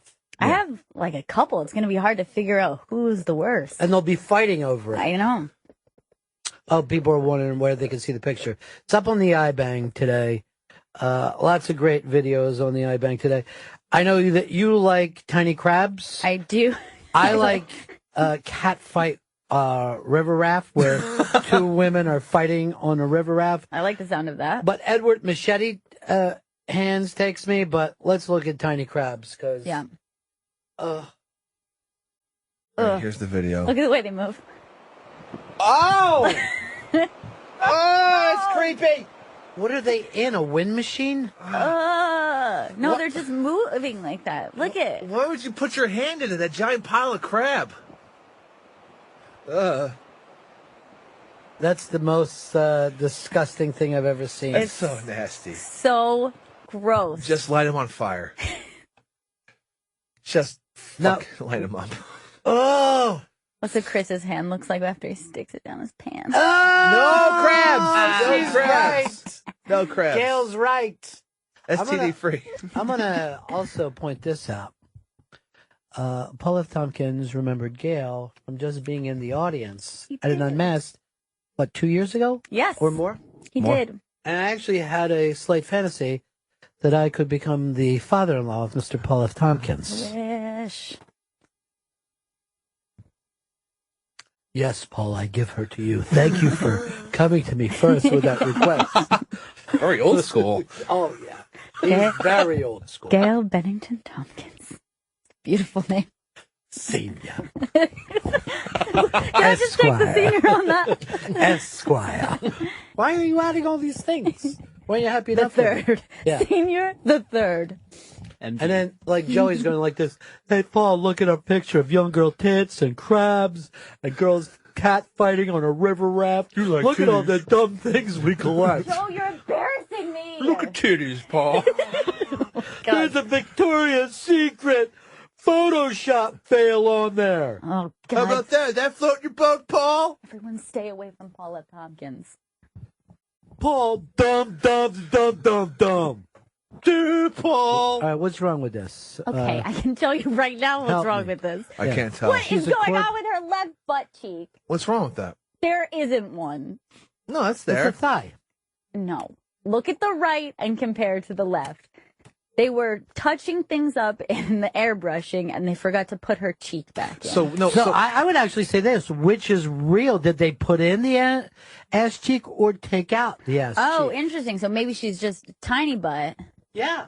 And maybe they're like, oh, we better give her a little clef. And then they forgot to do it on both Because sides. one looks like, on the left, it looks like a thigh. But doesn't it almost look like a mirror thing? Like you could fold her in half? Yes, it somehow? does. Like her thighs also seem to be bending in a way that I don't think She's would like be crab normal. walking is what she's It doing. looks like she's put that way so that we can put it together in Mad Magazine and make some kind of funny thing. Like No Ass Sally. And then I could laugh and then get caught with it later. This is great. Yeah. I realize that, this is school, and I know that it's medical school, and I should have grown out of this by now. The oldest anyone's ever been passing around a gag. Does this count towards my PhD? Please. I gotta have it. My mom will kill me if I don't get it. I look like shit. Is mine already charged? Mm-hmm. I'm Thank you. switching out. Because Chris never makes sure if I'm charged or not. I always want you to be charged. Let me tell you something. Chris came down today and asked me if I wanted some breakfast. Did he pronounce it that way? Yeah, which meant I had to take him to breakfast. But yesterday, he also stood with me until my Uber car. Abu in my Uber car. That is so sweet. Yeah, and it was very, very... And I was driving away, and I looked back at him, and he was just looking at me, and I thought to myself, I'm lucky to have him in my life. Oh, that is so sweet. He's my worst friend. Oh, shit. But it's You did it. I like the first part of the Yeah, statement. that's just, How did Boo treat you? How many stars you give him? Abu couldn't have been better. Okay, good. At one point I said, are you sure we should take this street? He goes, yes, I have a wave. I go, okay. Okay, all right, You Boo. know, Who knows Bill. both? This is your job. I trust you. I forgot if I gave him stars or not, now that you brought it up. It makes you give you stars no matter what. Like, even if you go back to Uber, it'll say, you didn't give your last ride stars. Like, get off my dick. All right, I'm going to 5. go back and give him stars. Wonder It's what not telling that to me. Then you must give him stars then. No. You must have starred him. Oh. So, this is the 5 stars right here? Yep. Give it up. Yeah, and I'm going to submit, and remember me from yesterday, Abu. Boom, you get them all. You like that, Abu? Feeling like a real... Look at this. Look how quickly I could be picked up today if I need be. It's beautiful. I hope it's Abu waiting outside for me again. Hope it's Earl. Hope Earl goes from not understanding what Uber is to driving for Uber. It's within 2 hours. Well, he's already part of the New York Public Library. I don't even know what an Uber is. Earl is so honored to go to a place that 1 billion books have already been to. The New York Public Library. He's part of that. He's $1 billion man. All right, people are fighting over which ass is real, which is interesting. I'm going to say it's the left one's real. Hey, we got a Chris D'Elia unmasked coming up in just for a couple moments, and this is an international unmasked because it was from Montreal, Canada. Montreal. Is that the capital of Quebec, or is that Quebec City? I think it's Quebec City. That's where I want to do our next show out of Quebec City. That'll be great. What are you looking for? I had a plug for Chris D'Elia. Well, Undateable. Tonight. And I am going to watch it, and I want everybody to give it a chance because they're going to do every show live this year. It's exciting. It's exciting. It's what you would call a Hail Mary, but why not go for it, you know? The 1 hour live premiere. A lot. Yeah, it's a lot. It's an hour tonight. But it will normally be a half hour? Yeah, it's a sitcom. Yeah. It's a situational comedy. Oh, okay. They take a situation and then they find the comedy in it. Wow. Let's check that out. Like in Everybody Loves Raymond, right? Yeah. Mm-hmm. Is he going to get caught with that big sandwich? I don't by know. her. He's not. He's supposed to be on a diet. Or King of Queens, can he get away with eating that big sandwich? He too is supposed to be on a diet. And Seinfeld, which is, what's the deal with all these big sandwiches in the wines? What's the deal, Kramer? Kramer! Get out with that sandwich. Oh, you were going to play the part of Kramer. Oh. There's also up on the iBang video of whales swimming beneath the northern lights that, well, quite frankly, it made me glad that I'm a Catholic and that God created us for us. It's like a real life Christian Reese Lassen or whatever. Yes. Yeah. That's a very good thing. I hadn't even thought about that. That's exactly what those crazy paintings look like. Yeah. This painting would be called Get Off My Dick. That's so surreal and crazy. It's beautiful. That's like two of my bucket list things. At the same time? Yeah. Do you know, it sounds like I'm being Vic Henley and I got a story about everything. Okay. But one time I was down in Puerto Rico, and on the northern part of the island, and we look out and there's a rainbow. And where the rainbow came down, right, there were two whales splashing. So we had whales in a rainbow. It was the day that I was leaving. And I remember going, why the fuck am I going to the airport? This is paradise. Yeah, why would I leave this? It was literally a spot. We had this little cottage, and it wasn't like we're not directed by anything, right? No. I'm sitting here telling a wonderful story, and you're giving me a countdown. Okay. No more. Like, fuck you and out. God, I mean, the story is destroyed now. No. You know why? Because I was away from the things of man, the judgment of man. Mm-hmm. And I was in Puerto Rico, which is Spanish for what, Joe? Rich port. No, it's Spanish for the Rican. Oh. And I saw that, and I was actually thinking to myself, I'm in the most beautiful spot. I could dive into a reef. I mean, walk into a reef. It was right there on the shore. You didn't have to take a boat out. I could just walk into a beautiful reef like I was, in another world. And I'm like, and I'm leaving here and I'm going back to the things of man. This is insane. It's a crazy feeling. Yeah. And I remember as I was tying off and shooting some heroin, going, what is it about people that ruin everything? You know? Why do they got to fuck up everything that's beautiful? And I start to throw up in my mouth. I just passed out, woke up with the needle still in me. Were you even in Puerto Rico? No, that's the best part of the story. I had never left the men's room of the train station. I had just copped. That's it. That's what I'm saying. I had it, you know? I woke up, my shoes were gone. Oh, no. My money. Apparently I was blown, but who's going to do that? To a pass out? Yeah. Covered in his own puke. And I thought, I gotta get back to Puerto Rico. It's so beautiful. That's pukey. Yeah. In Puerto Rico, you can go to a baseball game, and they take it very seriously. There'll be one city against another, and they have cheers and everything. But they will also serve you rum and cokes as you watch a baseball game. Wow. Nice. Instead of beers like some fucking strap-hanging Mets fan, I'm having a lovely rum and coke. It's so much better than shitty beer. Get that liquor on. Okay, Chris. Calm I see. down. We found your I'm fucking... gonna have a. We found rum your and Coke after problem. the show. Chris, do you have a boner right now? Oh! I called gross. a rum boner. Rum boner. Rum boner. It's fun.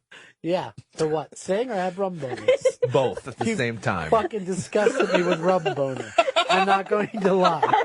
So, I'm so drunk off rum right now. I'm hard. This is the best day ever.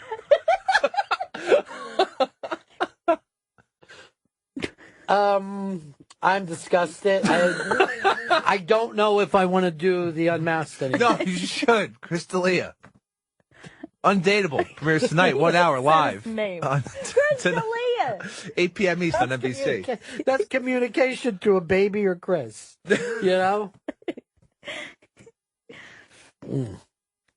Fucking lunatic. I get a little crazy sometimes. I know you do, buddy. I know you do. I love them. You got that rum bonus. Why?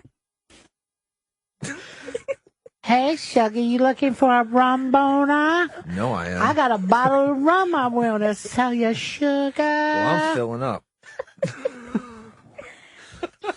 Look at that bad egg.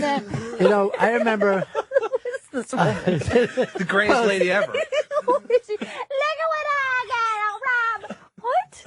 It's in a brown paper bag, babies. I remember speaking less English as she goes on. when my kids were little, we're watching a Robin Williams special, and he's doing all his voices and stuff. And then he gets to a black person, and he's like, "Hey, babies, what's going down?" And my kids are like, "Who is he acting like talks that way?" And they go like this: "Is he saying black people talk that way? They don't." And I go like this: "They used to." Used to be like this. I just gave him that one little thing, at least on TV. That's the only place I truly ever saw it. I never saw it for real, but I imagine it took place in, you know, Huggy Bear was out there. Speaking that jive. Ladies, please. Everybody's going to get some Huggy Bear. And like, do people ever, have they talked that way? 70s? They say, but I think it might have just been 70s TV. I'm not sure. I couldn't tell you, Rumbona. Feeling low on rum right now. Is that your go-to drink lately?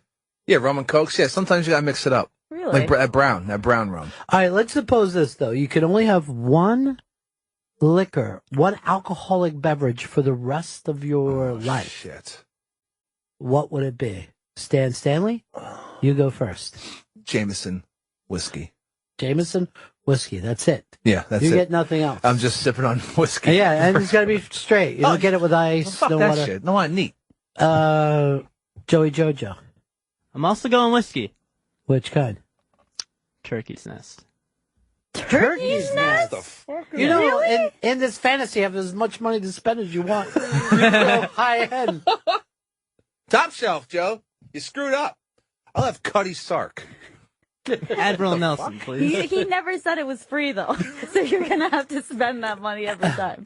And what would you have, Gil? I'm gonna go with tequila, Patron. Tequila. Whoa, Patron. Whoa. And I'm going to go with the standard, like probably most people. If we were playing Family Feud, this would be the number one answer. Slow gin fizz. So that would have been it all. A nice, thick, slow gin fizz. Really hard to swallow, so stay with it. Is slow gin fizz the one that they make with egg white? Yeah, it's kind of syrupy. Yeah, I've had it before. Yeah. Look it up, Chris. You got Googles. Just start tapping away at it like you're a Stengel. There you go. There's a slow gin fizz. Okay. That might not be the egg white one. Can I change mine? Yeah, you can. Yeah, you can change your fantasy because none of this is real.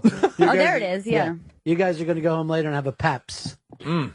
I'll have a hobo quality gin, please. Yes. Taken out of a dead hobo's hands. That's locally sourced. This is great. I just tried to buy Rumbona for us and couldn't pull it off. Fuck. Actually, a site called Rumbona as we speak. Is my face on it? Because it fucking better not be, because I don't own that shit. No, but I believe that's your bona, my friend. He's got a big old rumbona. Seems like he's sporting a big old Rumbona there, Colonel. Well, I've been drinking rum.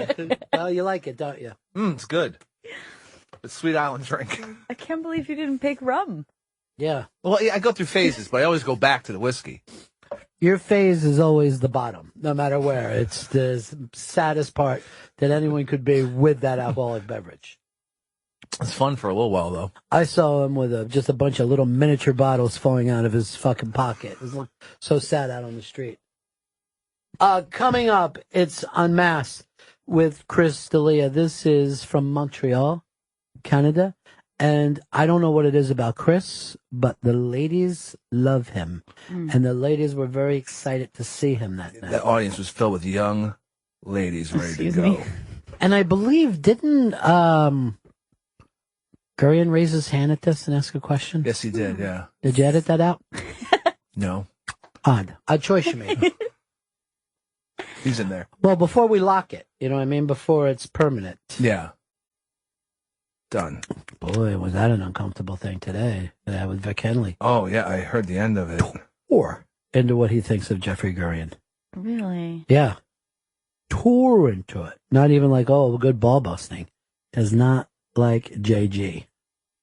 Sweet JG? Believes he's a whore master who travels around town with whores. He's got whores with him wherever he goes. Black and Asian whores. Don't judge, Vic. Yeah, everybody, you know. Well, those are his theories on Vic's, part. Those are his theories. Now some people are saying Rumbona is available as a website if we like it. It would just be Chris and his Rumbona. Don't mind if I do. Check it out. Rumboner.com. Wouldn't that be nuts if we just came across the $1 billion idea?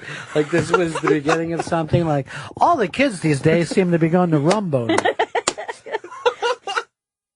You like hard-ons and alcohol? Well, this is the social network for you. Rumboner.com. It's the next bang bus. I'm just going to see the next bang bus. Those guys are still going today.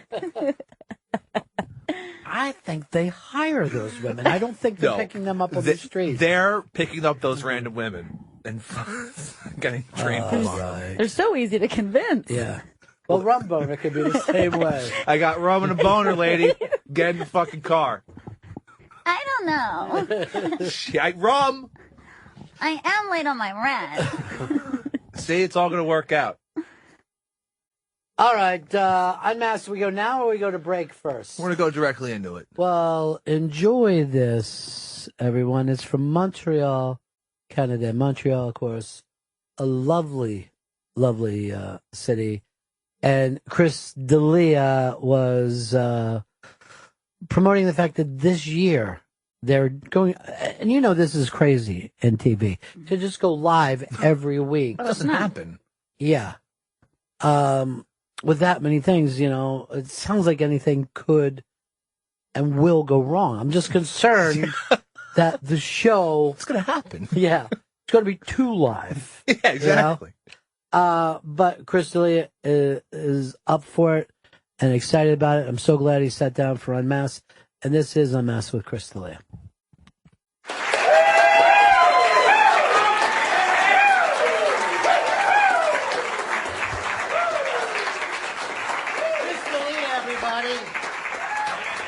Hey, guys. Good to see you, man. Good to be seen. Good to see you. How are you enjoying Montreal so far?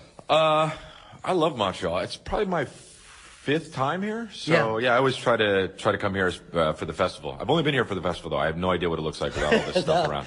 The only way that to do it live, but it's a lot more work.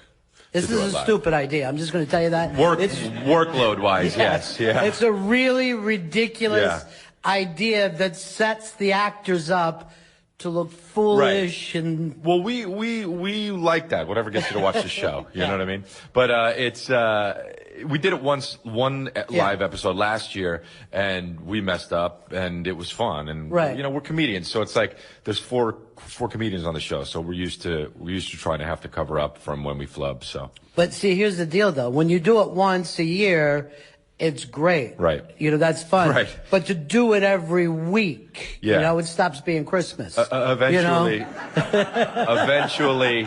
Eventually people will, if we just keep messing up, we'll be like, oh, these guys are just not professional. We're not watching yet. Yeah, right.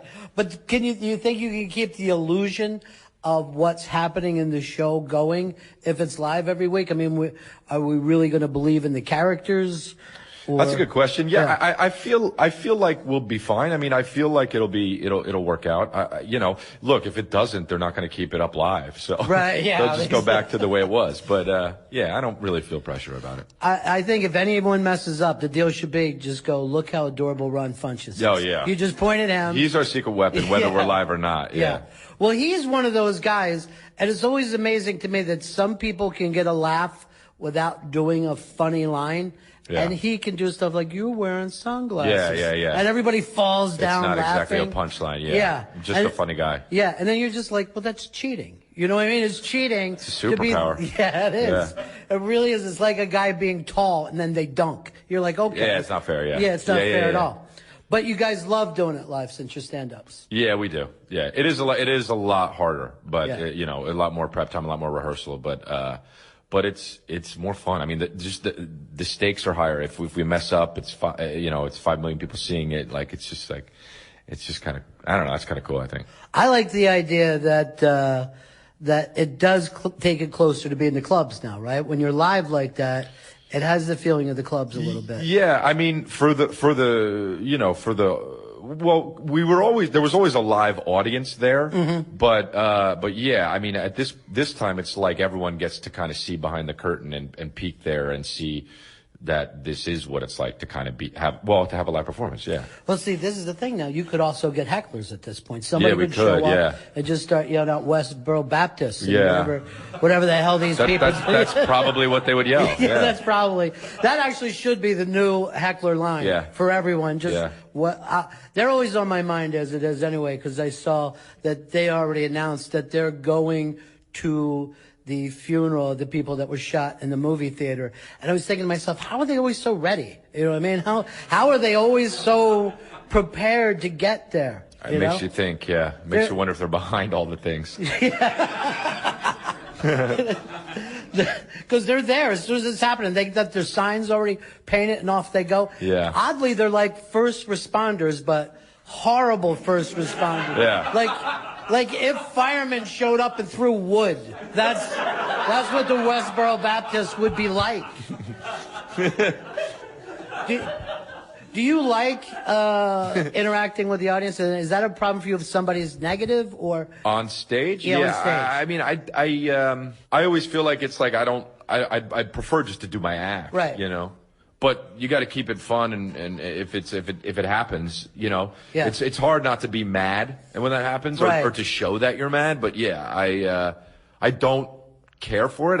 I think it's rude, you know. It's so like you're saying you're more important than everyone else who paid to have a ticket. You know, it's like it's annoying. It's very annoying. But it really doesn't happen in any other art form. You know what I mean? There really isn't another art form. Like if it was someone did that at a play, it would probably make the paper. You know what I mean? It doesn't even. Yeah, it would probably like. I mean, not at an art form, at a ball game. It happens at a ball game. Well, you know? right, it's like, that is true, but never for your own team, never for the team that you want to win. Right. You know, but they never know that they don't know. Since I've been doing stand-up for years and years, I didn't know before that I started stand-up that people actually do it and they think that they're helping. Right. You know, they're like, oh, but it got funnier. And you're like, it's only because I'm good at my job. Right. You know what I mean? They suddenly like, we did it. Yeah. We made it happen. Yeah. Annoying. I don't like that. I don't like anybody who just is like, oh, you know, who thinks that that's their job to it's not their job. Just shut up and laugh, and then shut up and laugh and wait for the next laugh and then laugh. But do you think in the back of their mind there are people who want to do comedy? You know what I mean? Like that's. Oh yeah, a lot of them are that way. I feel like Yeah. I feel like it's one of those things though that like stand-up is one of those things that if you're good at it, it looks easy. Sure. You know what I mean? Because it looks like it's talking. Like everyone could talk. I could do that, but it's so hard. It's so hard. And then people say, oh, like he's having fun. It's easy. It's not work. There are people out there that think that this is all off the top of the stand-up's head for an hour. That's very weird. And somebody will say, you know, I thought it was good when I saw the special, but then it was some of the same jokes that I saw. And the guy Unreal, said he said to me, I guess he's repeating some of his stuff. Unreal. Yeah. Unreal that people still think that too. And people are the thing that always baffles me is like, I'll go on stage. This just happened like 2 weeks ago. There was a guy with he had a pen here on his, it's on his ankle, on his jeans, and it was clipped to it. And I got on stage and I just noticed it. And I said, why do you have a pen on your ankle? Like, that's so weird. Why don't you put it on your shirt? And it just became this funny thing that I was making fun of him, and then I would make fun of him throughout the show about that pen. And people afterwards were like, hey, do you set that up beforehand? And it's like, I get I made that situation funny, but what kind of a lunatic would I have to be to think of this grand scheme where a guy puts a pen on his ankle?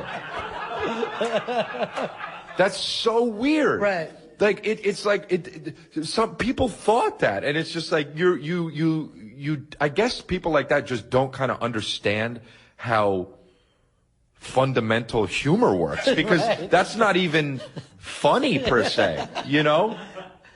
It's so odd to me. I like the fact that maybe within a few weeks you'll go to another show and some other guy will have somebody with a pen on their ankle. Well, You're like, that's D'Elia's, goddammit.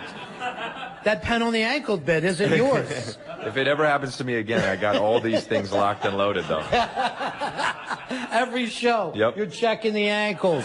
Yeah. Shit, nobody.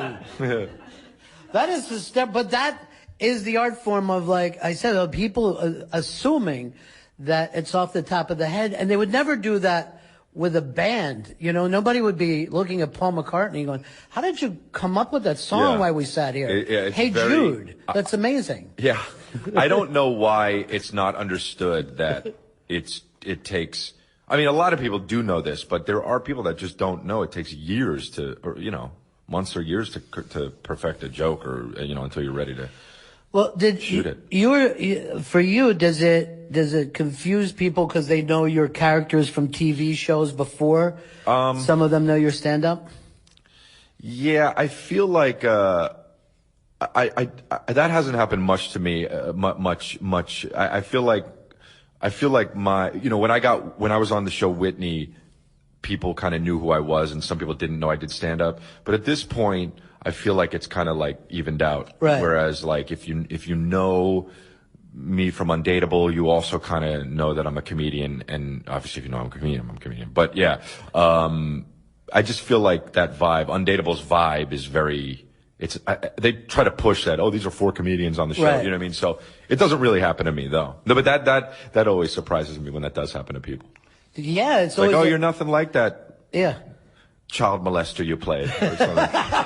Which I have played, but oh, see, I thought that was real. I thought that actually happened. Not a documentary. Yeah. We decided to bring some of his life into him. Yeah. That is like a bold thing when you've got to move, when people feel one way about you, and then you drop something in there. You know. Like, what do you mean, drop something in there? Well, you dropped in the pedophile thing. So anybody who was, you know, watching the show and enjoying it. Oh, yeah. Then you trigger a memory for them. Right. That isn't all that happy. Some people turned off the show right when I said that, but you know what? Some people probably heard about it and turned it right back on. So hi, guys. Hello to the new fans. He speaks to us. He understands us. Well, you come from like a show business background, right? Yeah. You grew up around it. I did, yeah. Was that strange for you, or did it just feel totally normal? It kind of happened like gradually. My dad is in the business. He's a producer and a director, and he started with by doing commercials. So when I was young, it wasn't like he was, you know, palling around with Robert Redford or anything. He was doing commercials in New York. And so it kind of happened gradually. And then as I got into being 16, 17 years old, then he was doing stuff that like on TV. And so it was just kind of always my way of living. And I can't imagine not being in the entertainment business. And a lot of it had to do with that. But also my family's just really funny and wacky. So they're fun. You see them having fun at work, and you're like, why wouldn't I want to keep this going? You know, I mean, like, obviously it's so weird, you know, fate like that. Because if you grow up and your dad's a commercial fisherman, you probably are going to end up at least trying it, you know? Yeah. And for you to have something that, you know, fit your personality. But I always think of like kids in Iowa that they would have switched places with you in a heartbeat as a kid just to be around it. Yeah, People to be that around it, to love the business, Yeah. you know? Yeah. Did you have that feeling of the set of being fun and all that kind of stuff, even when you were young? Or? Yeah, I always loved it. Yeah, I thought it was great. It was really cool. I got to like be on set and learn stuff and meet very cool people. And you know, I think it well, you know, it helped. You know, it helped me like navigate through the business and understand. You know, it helped me with really a lot is disappointment. You know, sure. Like my dad would just, you know, be like, you know, this is what happens, and you know, you think something's going to go one way and it goes another way. I mean, because it's heartbreaking, you know, it's especially to a kid, right? You exactly. Know, you think you right out the gate you're gonna you're gonna be the next Luke Perry, but it doesn't happen.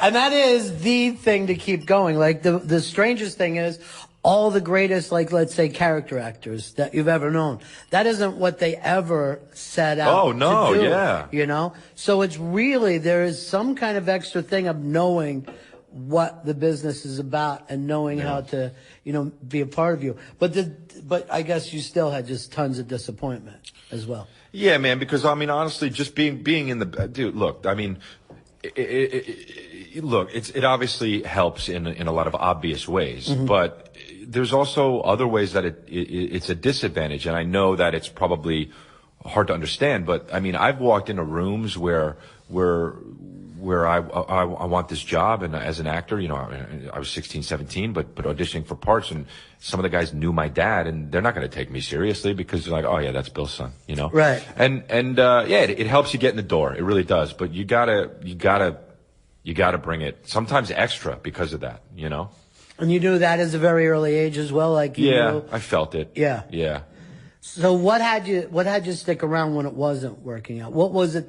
What was the positive about some of the negative experiences that you're having? Honestly, what kept me coming back was making people laugh. Yeah. That was number one for you. Yeah. So stand up even before acting. I started stand up a little later, but always making people laugh was always like, I knew I could do it. I knew in a situation I could do it, and that just kind of kept me going. But you know, it's interesting too. I think people who've had some acting come at stand up differently. You mean that started acting? And they started absolutely, acting. Absolutely. You know, and some like, and it wasn't that long ago. I was talking to Dice Clay, and he was telling me how he built the character long before he thought about material. And I'm like, damn, I never heard that from anyone before. Like, he would just get up in front of audiences and stand and look at them you know, and smoke and everything. Yeah. And people just started to laugh. And I'm like, you know, most comics that you think meet, material is always their first thing, but they have no idea. Well, you'll see a young comic and you're like, oh, there's some, you know, little gems in there, but God, is he nervous and shitty, you know? Right. He's just terrible as a performer. Yeah. But that is, well, it takes time to learn how to be on stage, I think. Yeah. But confidence is that something you started performing even before you got it? I guess is what I'm going to with this. Well, I think it was a little different with me. I started with earlier, before stand up, I started doing plays and theater. And so I think it's, a lot of it does have to do with confidence, but I think a lot of it does have to do with what I just said, which is how to be on stage. Because I started stand-up with another friend of mine that had never done theater or anything. Yeah. And he was all over the place. He was just like turning without the microphone, like this, and like this. And it, like, there was one part where he was like itching his leg. And I'm like, dude, do you even realize you're doing that? He's like, no, what? And I was like, look at this video. He's like, oh, I look like an asshole. But like, you know, but so it's that. And then also just believing in what you say is funny. It's going to be funny enough. And if they don't laugh, it's still funny. And just stand by it, because that's all you have really at that point. Yeah. And obviously, you know, you think about how many times that happens off stage, where you say something and people are like, that's not funny. And you're like, yeah, it's funny. You know, that used to bother me so much in school and stuff, when people would just, not laugh at my jokes. It would eat me up. And then once I bombed on stage a bunch of times, that never bothered me again. Yeah. It's like that. I could not even care less. If somebody doesn't think my joke's funny, I just think they're wrong. That's what you have to do. Yeah, you do have to do that. Yeah. And that does happen to a lot of kids that are in school. It's not like the teacher's like, hey, he's got some funny lines. Let's listen to him a little bit. Like right away, that turns into a negative. And you see some of those kids in school that they're like going to be on the teacher's side. Like, you're interrupting us. You're like, fuck you. The worst You know what I kind mean? of person. This is so much better. The worst person. This is so much better than what you guys are listening and writing down. I could never stand anybody who was on the teacher's side. I think that's like the beginning. Matt Holmeister. That was his name. You got him? Yep. Yeah. Where did you grew up on both coasts? I grew up in New Jersey till I was 12 and then out in LA. So where do you feel like is home that way? I feel like home is LA. Yeah. Yeah. But I do still identify with, like, my family's very East Coast. Right. With the accents and the food and just the attitude. And I do identify with that. And when I go back, it does feel very much me, and I'm comfortable there. But I feel like I would be a traitor if I didn't say LA was my home. You know what I mean? Yeah. Yeah. You're actually like somebody who's like come over from Italy and they're like, this is my new home. Yeah. I love America. Right. Only it's Jersey to LA. But I think that you're lucky to have that Jersey thing in you, especially when it comes to stand-up. I think I am, yeah. I think I am. I always think it's amazing, if you check this out, how many comics, successful comedians, grew up in either North Jersey or Long Island. Yeah, a lot. There's just tons of them because I think, I think it's having access to the city and TV helped them, and not being born actually in the city, where instead of being funny, they would just start stabbing someone or... Which is actually hilarious. Yeah, in the right context. Sure, it's all context. It's always context. But there's this thing about people who grow up in the shadow of the city. I think they work harder. I think they go at it more, and they're able to come back to the suburbs. So it's not like, if not, you're just like one of the Ramones. You know what I mean? Like you can't be Joey Ramone, the comedian. You know, right. You can't just go up there and be that far out. Right, you know? right. But growing up, making the move from Jersey to LA, did you feel like such an outsider when you headed out? I thought I had it, man. I thought I had it. And then when I got there, I did not. I didn't. I really didn't. I thought I knew it. I was a big fan of the first 90210 series, and I was like, oh, that's how you do it. And then I got out, and I got made fun of so much, man. I remember just trying, I feel like I was climbing the ranks of friendship and popularity when I got out there, man. I was just like, I can do it. I could get to be people's friends. You know what I mean?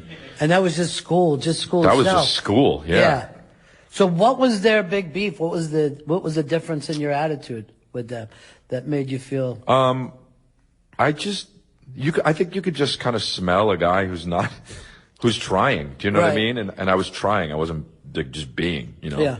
Which is again it's about, you know, being confident and being what it's, knowing how to be on stage, but in this life was the stage. Do you know what I mean? Sure. Or school.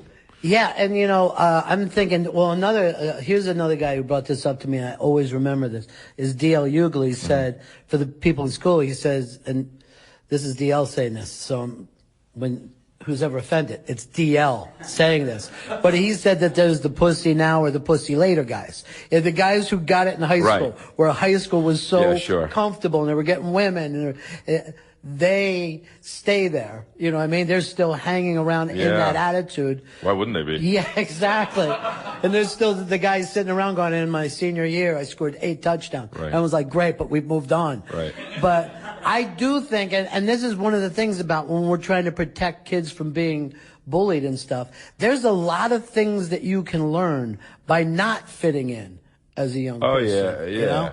Yeah. I always admire the fact that real street smart to me is you're either able to fight or jump a fence or run or tell a joke or tell a lie, whatever you need to do. So those are like survivor things that were taken away from kids. When did you start to feel comfortable out in LA? How long did that take? High school. I moved when I was 12. By high school, I felt good. Yeah. Yeah, by high school, I felt like comfortable in my skin. And by that, as a kid. Yeah, by that time you got on TV a little bit too, right?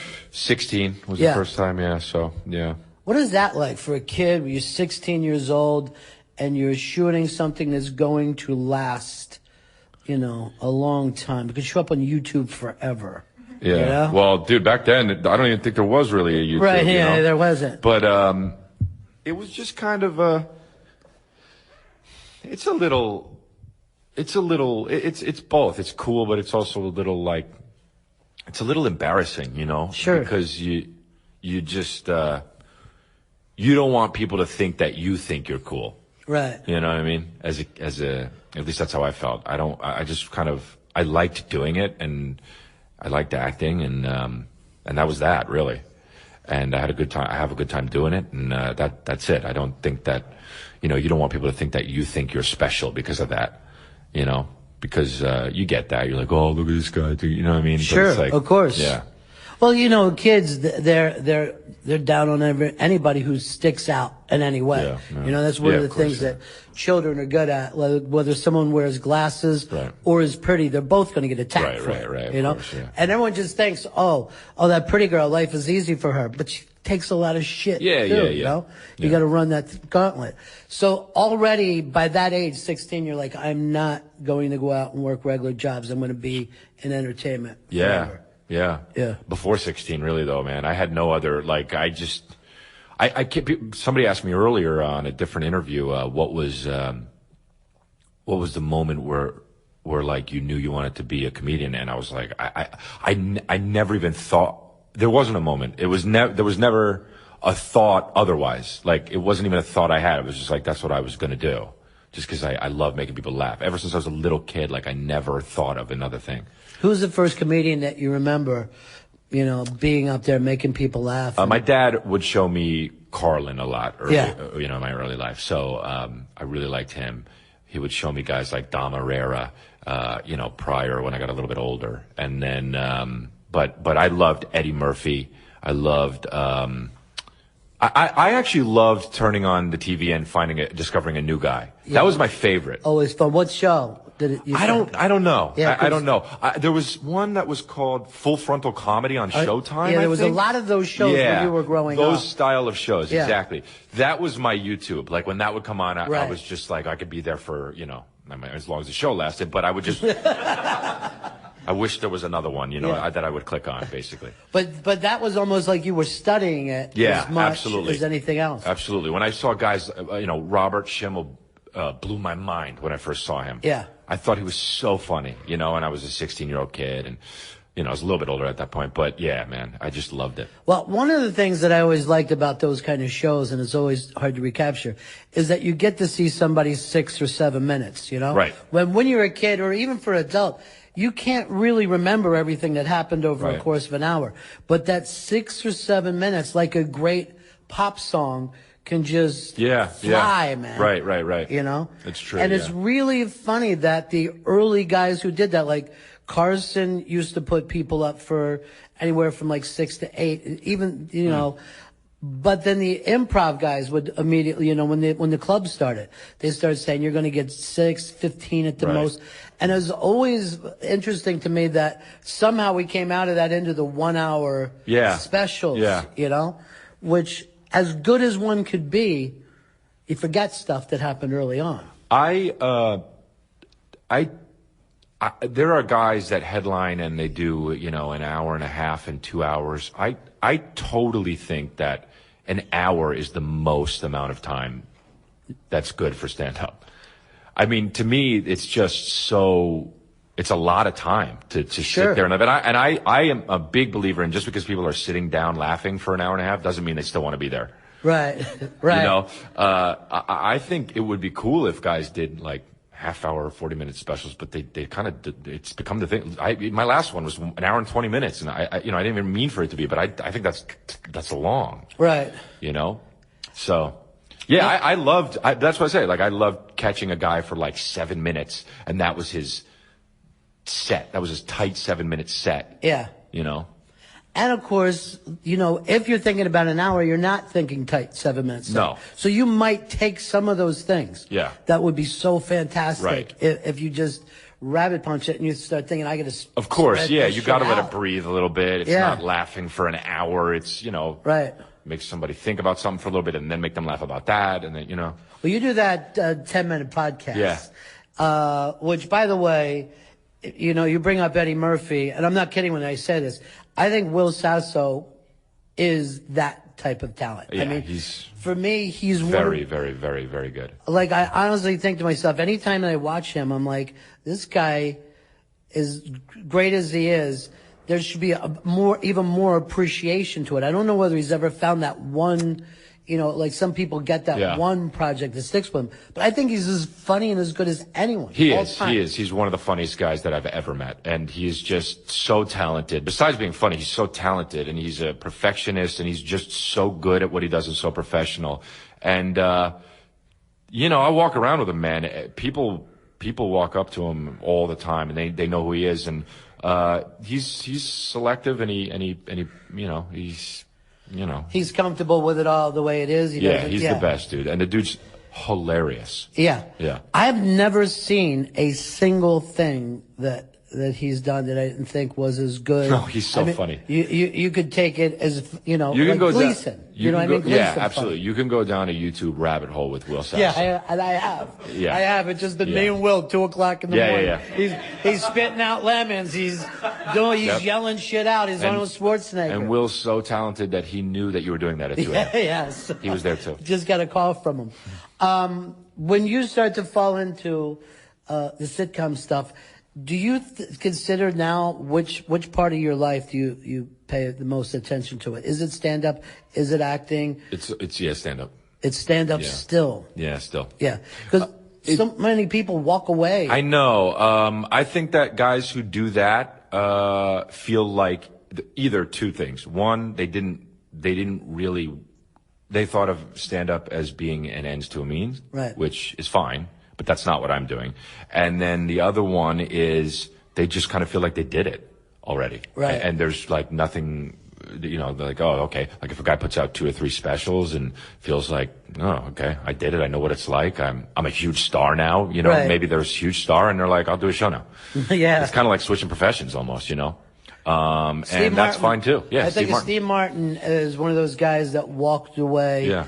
At the height, but it is true. Like where else? Well, yeah. What else was he going to do? Yeah. Yeah. I mean, exactly. Robin Williams stepped away for a while long, and then came long back, time. yeah. But you can also see the fact that the road itself is not easy once you've set up a life somewhere else. You know what I mean? Yeah. If you have a family, oh yeah.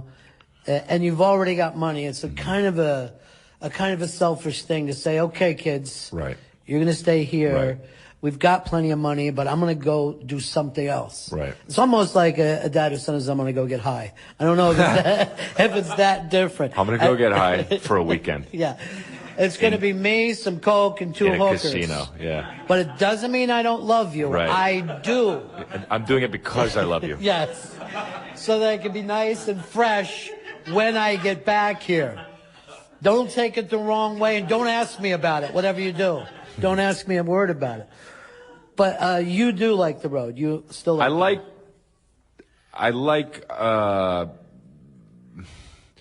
I don't like traveling to tough. places I would never go to except for there's an audience, but I do love audiences, and I really appreciate the people that support me in that way, and so I try to hit all the places that I can, so I like to make them happy.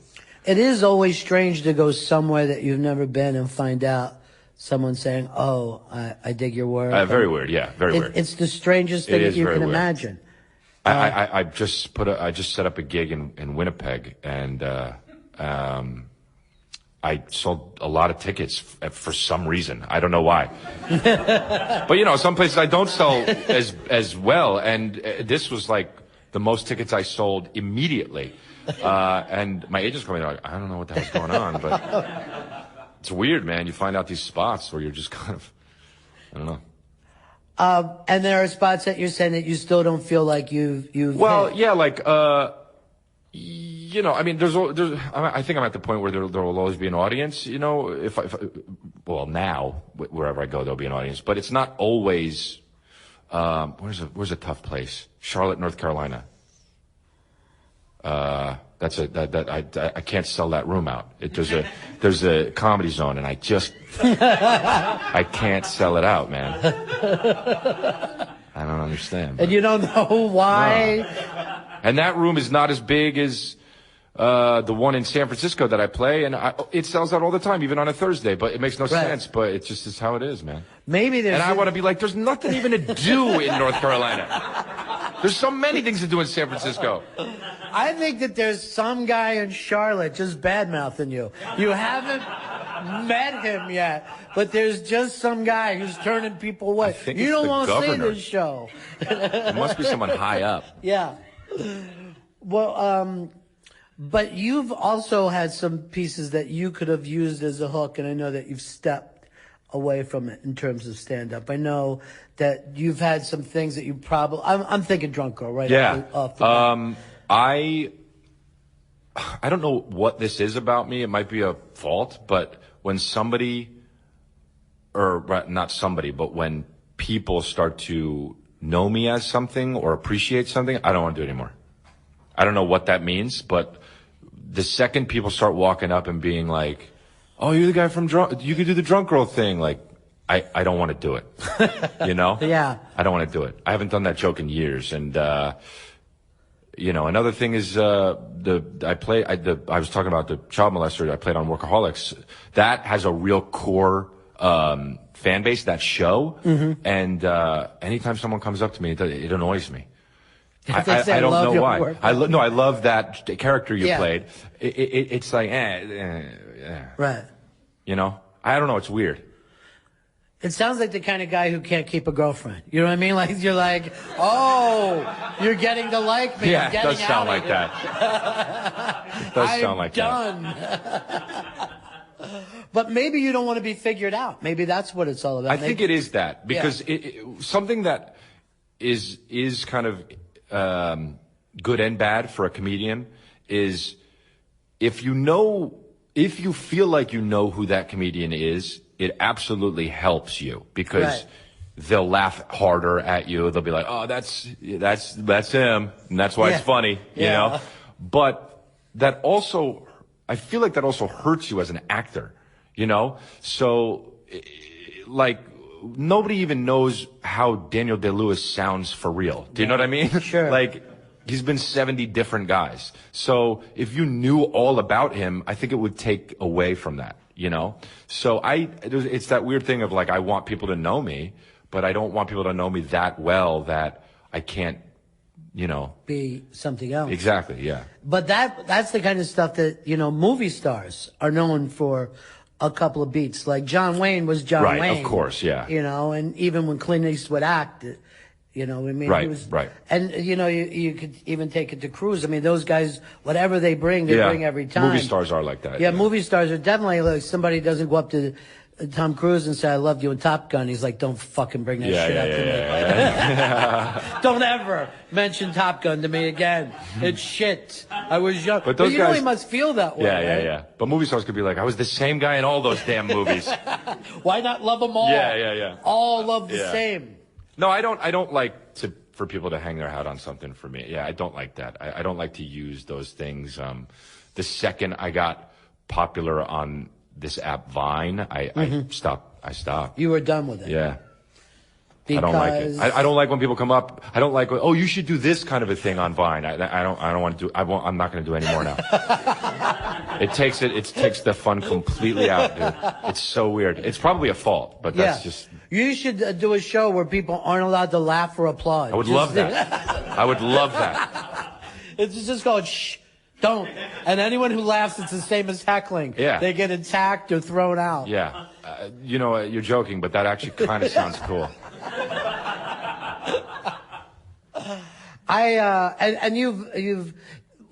Stand-up is the kind of correct thing like that, because when you do a special, it has to be thrown away. Yeah. I like that. Yeah, it like is. That aspect. But people still. I just got a tweet, you know, today. When you come to Winnipeg, will you do the Drunk Girls? And I was like, I just tweeted back like that was years ago. I don't really do that joke. I hope you like the new stuff, you know. But yeah. You should have said, "Now I'm not coming to Winnipeg because of you, sir." But come see me in North Carolina. I just don't think that's Please, the market. I need it. It's not a market for you. Yeah. You're not going to crack that market. I know.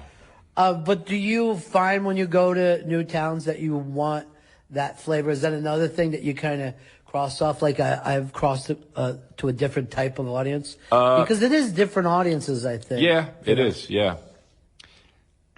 Yeah, I don't know.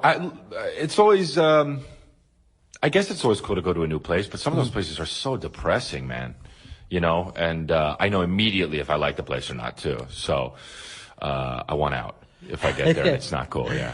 Give me a town that you showed up and you're like, this is Kansas City. Kansas City. Yeah. Is not. I mean, and I've talked about it with people, and they're like, "Really, I love that, but maybe I missed it." Dude. I'm willing to accept. Look, the first time I was in Nashville, I was like, "Okay," and then I just played Nashville, and I had a blast. So maybe it was just. It was raining the day I was in Kansas City. One rain, and you're done with I'm done, yeah. Again, I can't imagine your dating life. I can't imagine how quickly the positive and negative things that can happen. I'm pretty good at keeping it. I got a girl now. It's been good. So, yeah. How long? 6 months. Okay. I'm gonna talk to you again in another 6 months. Okay. But I had a girl once for 4 years, dude. Really? Yeah. No. She was no Kansas City. It probably took you 4 years to crack it, I think, before you felt this is good, this works. Now I'm out. I did everything I set out. I did it. I don't want to be known for this. The news special that you have, you're working with Netflix now, right? Is that? Yeah, the one that came out in April, yeah. Now, are you staying with Netflix? Is that something you to do another one with Netflix? You mean? I would love to, keep working with Netflix on not even that, just different things. But I don't know yet. I don't have another hour that I'm ready to shoot yet. But yeah, I love the way Netflix does things, and I would totally be open to do another one with them. Is it a whole different way when they release it and it doesn't go straight to, the way we grew up seeing comedy released? The first special I did was on Comedy Central, and they aired that. It had an air date. It was like how we were talking about, and it was awesome. And then that was like when that came out. That was like 2014, I think. And when that was like one of the last. It felt like in my life. A chapter ended where it was like, okay, now everything is different. And not because of my special, but just because of the time. Yes. But for me, that was when my special came out. Yeah. So I was like, it feels like everything's just kind of going to be content, good content. And Netflix is coming out. At that point, Netflix was kind of, people were getting to know it. And then there's Hulu and there's Amazon and there's all sorts of shit coming up. And then Netflix just kind of, they made me an offer and I just was like, this is just the way to do it now, I think. Netflix felt like it was like the new HBO with not that HBO has fallen off any, but it just felt like the new way to do things and where you go to watch comedy. It felt like a lot of people do that. Yeah, there was a time where you had to have the HBO special. And, that was considered kind of freaky to people when it happened. Like right now, we see it as normal. Say what? That like doing the HBO hour. But when Carlin first started doing that, instead of, putting out an album. Oh, really? Yeah. Oh, yeah. People were like, I'm not sure. Like, if you ever noticed, Jay Leno never put out specials because he says you're burning your ass. He used to say, I don't even think Seinfeld did one until after the Seinfeld show, So there were a lot of people who were always thinking like, hey, the worst thing you could do is put out a special. And now the weird thing is because guys can shoot things and release it themselves on YouTube. There's kids that have been doing this for 6 months or like, I know. I got something coming out right now. It's so weird. Yeah. And you always want to tell them, you're not going to like this later. Right. It's like seeing your high school haircut forever. Absolutely. You're at, I guess, a point now where people like, with the new show, were they asking for you in particular, or are you still? Meaning what? In other words, like, hey, we're going to build a show. We've got a character. It's perfect for you. Or do you still got to go in and talk to them like in the old days where you got to audition and stuff? For some projects I'll audition. Yeah. Movies and stuff. Yeah. But TV I get some offers and stuff, but right now I'm on this show, so so I kind of have my hands full. But it must have felt totally. What was the first show they said we're writing something, and we've got you in mind? Because that's a different career spot. Yeah, Undateable was it wasn't written for me, but it was after it was written and I was through with Whitney, the creator. Kind of, he offered it to me and then kind of like wrote it around me after that. You know what I mean? It was like, it included a lot of my comedy and my stand-up in it. Originally, Whitney wrote that script for me to play her boyfriend, though. Is that right? Yeah. So that happened. But that was one of those things like, oh, I wrote a part for you. And you're like, oh, I wonder who's going to end up playing it. You know what I mean? Yeah, right. Because that happens all the time. Yeah, absolutely. And yeah. And how long before you said, okay, I see that this is happening? With Whitney? With the Whitney show, yeah. I went through the whole rigmarole of auditioning it and testing and doing the whole network testing, and then it ended up just getting it like a regular, like a out-of-work actor. Even though it was written for you, you still had to battle for it. Didn't matter. And the weird thing, I guess, if there was somebody that, Joey from Friends said, wait, I do want to do it. It would have been taken from you at that time. Yeah, for sure. So what happens when you're doing that show and it's kind of written for you, you guys like it, and then it ends? Do you go, at least we got to do it, or is it? I do, yeah. Yeah. I do, yeah. And people are like, when Whitney got canceled, they were like, oh man, it's too bad it got canceled. We did it for 2 years. Like, I can't think of something I want to do for 3 years. Like, 2 years is fine. Yeah. And now this is the third year of Undateable, and I'm still having fun. But, it's like, being on a show for 10 years is great. You're a millionaire and you got houses, but that's got to be boring. To have to a play lot the of houses same character and money? No. That part's great, but that's what you're doing the work part for. You know what I mean? That is true, isn't it? Yeah. That after a certain point, you're like, well, yeah, I have to do it because they're giving me this money, which is the same thing any kid who's taking a shitty job is saying to, any kid who's got a paperwork says, I don't really want to do this, but I'm getting money for it. But you hope that you don't have those traps in your career. You'd be afraid the way you are to end up doing a 10-year gig. It really depends. If it's this character I love. I love playing Danny on Undateable. But like to be, and I wouldn't take a role like this now, but 3 years ago I might have. Like to be like the tech guy on a CSI show, I would blow my brains out. For like 10 years, just to be like, wait a minute, I'm way ahead of you. To be one of those guys, I would want to blow my brains out. First of all, let me just tell you, that was fucking amazing what you did. Right, I do it good, right? I know. I mean, I was at the edge of my seat. I got seat. drama, yeah. You were right there with it. But that is true, and that happens to a lot of people. Yeah. And those people are rich. They're very, but it's a job. You know? They're very rich. Juilliard, and they're sitting there. You know what I mean? Let me check the database. Yeah, I'm in. They're always very excited about being able to break into something. Yeah. I promised some of these people they could ask you a couple questions too before we went into this. Yeah. We have some folks here. Just raise your hand if you've got a question that you want to go in. Go ahead, Chris. Oh, she changed her mind? She changed her mind. Oh, now that's the question I already answered it. Yeah. Oh, did you? She was going to say, what would it be like to be the seventh lead on the CSI show? By the way, sorry, you have beautiful fans. I was going to ask you a question, but then I was going to state something, but I feel like I'd ruin your career since anything I would say I liked you would not be able to do after. No. Yeah. No, I love that, though. I don't even know what the hell she meant. She's afraid to say that she likes something that you do because she'll never do it again. Oh, no. It's okay. This is a safe place. It's just me and you here. And I was also at your panel yesterday for Undateable, and you ruined everyone that asked you a question. So I was also telling them I'm scared to ask them a question. But rather than asking you a question, I'll just state that I actually am a really big fan of yours, and I think your comedy is hilarious. And we saw your Talk Fest yesterday, and it was off the charts. Oh, thank you so much. I'll ask you this then. What is it? When did you become a fan? What was Actually, I was going to say that it was Whitney. I did not know that you did stand-up. I'm a big fan of Whitney Cummings. I think she's hilarious. Yeah, I just love her. So when she had her show, I was watching, I think it was on Entertainment Tonight, and she was talking about this new guy, Chris D'Elia, and cool. He's going to be playing my husband, and you were, I think, in the background, like, waving. Oh, I thought, really? oh, good. Yeah. That was me. Something like that. And I thought, okay. And when I watched the show, loved it, and was really sad it was canceled, but I guess it was okay because you wanted to do your 2-year thing. So. She really doesn't want you to destroy her. Yeah. She really wants to say the right thing. It's a different atmosphere here than it was on the panel. And I noticed that. I was like, oh, okay. Yeah, it's a little quieter and more subdued, and we're just kind of like a family. Well, yes, everybody here is safe. But what was it? What happened in that panel that made you want to grab a record? It was just like we had a mediator, and then it was like, you know, she wasn't going to get a word in with 7 of us, and we were just making.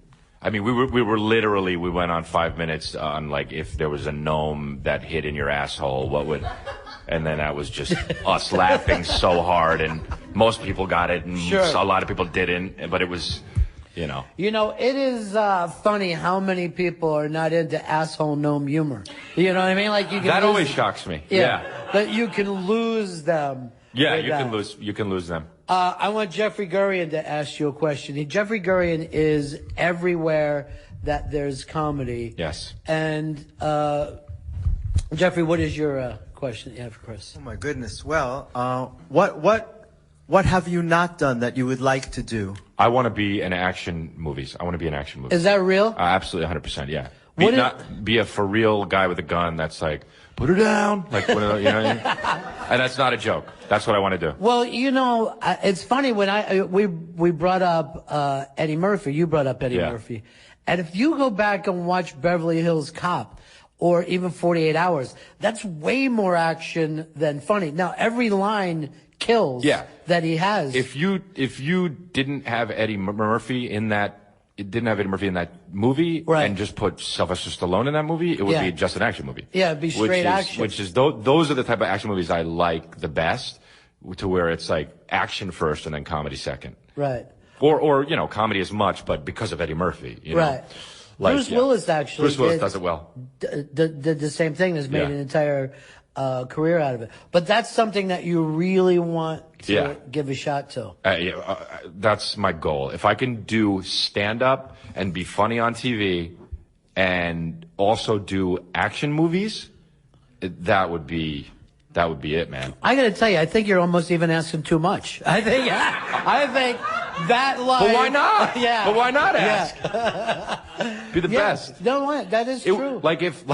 Like if Jason Statham was hilarious on stage, it also makes that funnier. You know what I mean? By the way, did you see Spy, where he worked with Paul he was Feig? funny. He was great. He was man. really funny, and it's mainly because Feig made sure that he was. Yeah. Yeah. And the weird thing about that movie too is that Feig is really an action director. And I wouldn't have bet on that either, man. Yeah. No, that movie that movie definitely had it's good action. And but Statham, to me, he was the funniest part of that movie. Yeah, he was very, very funny. And Sarah Finowitz was great. Well, and again, what's always funny about those kind of guys is that they believe it. That's like they're actors first. Right. So like he didn't act like he was in a comedy, which made you fall on your ass. Man.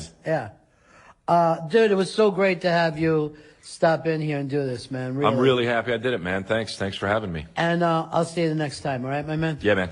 Chris D'Elia, everybody. Chris.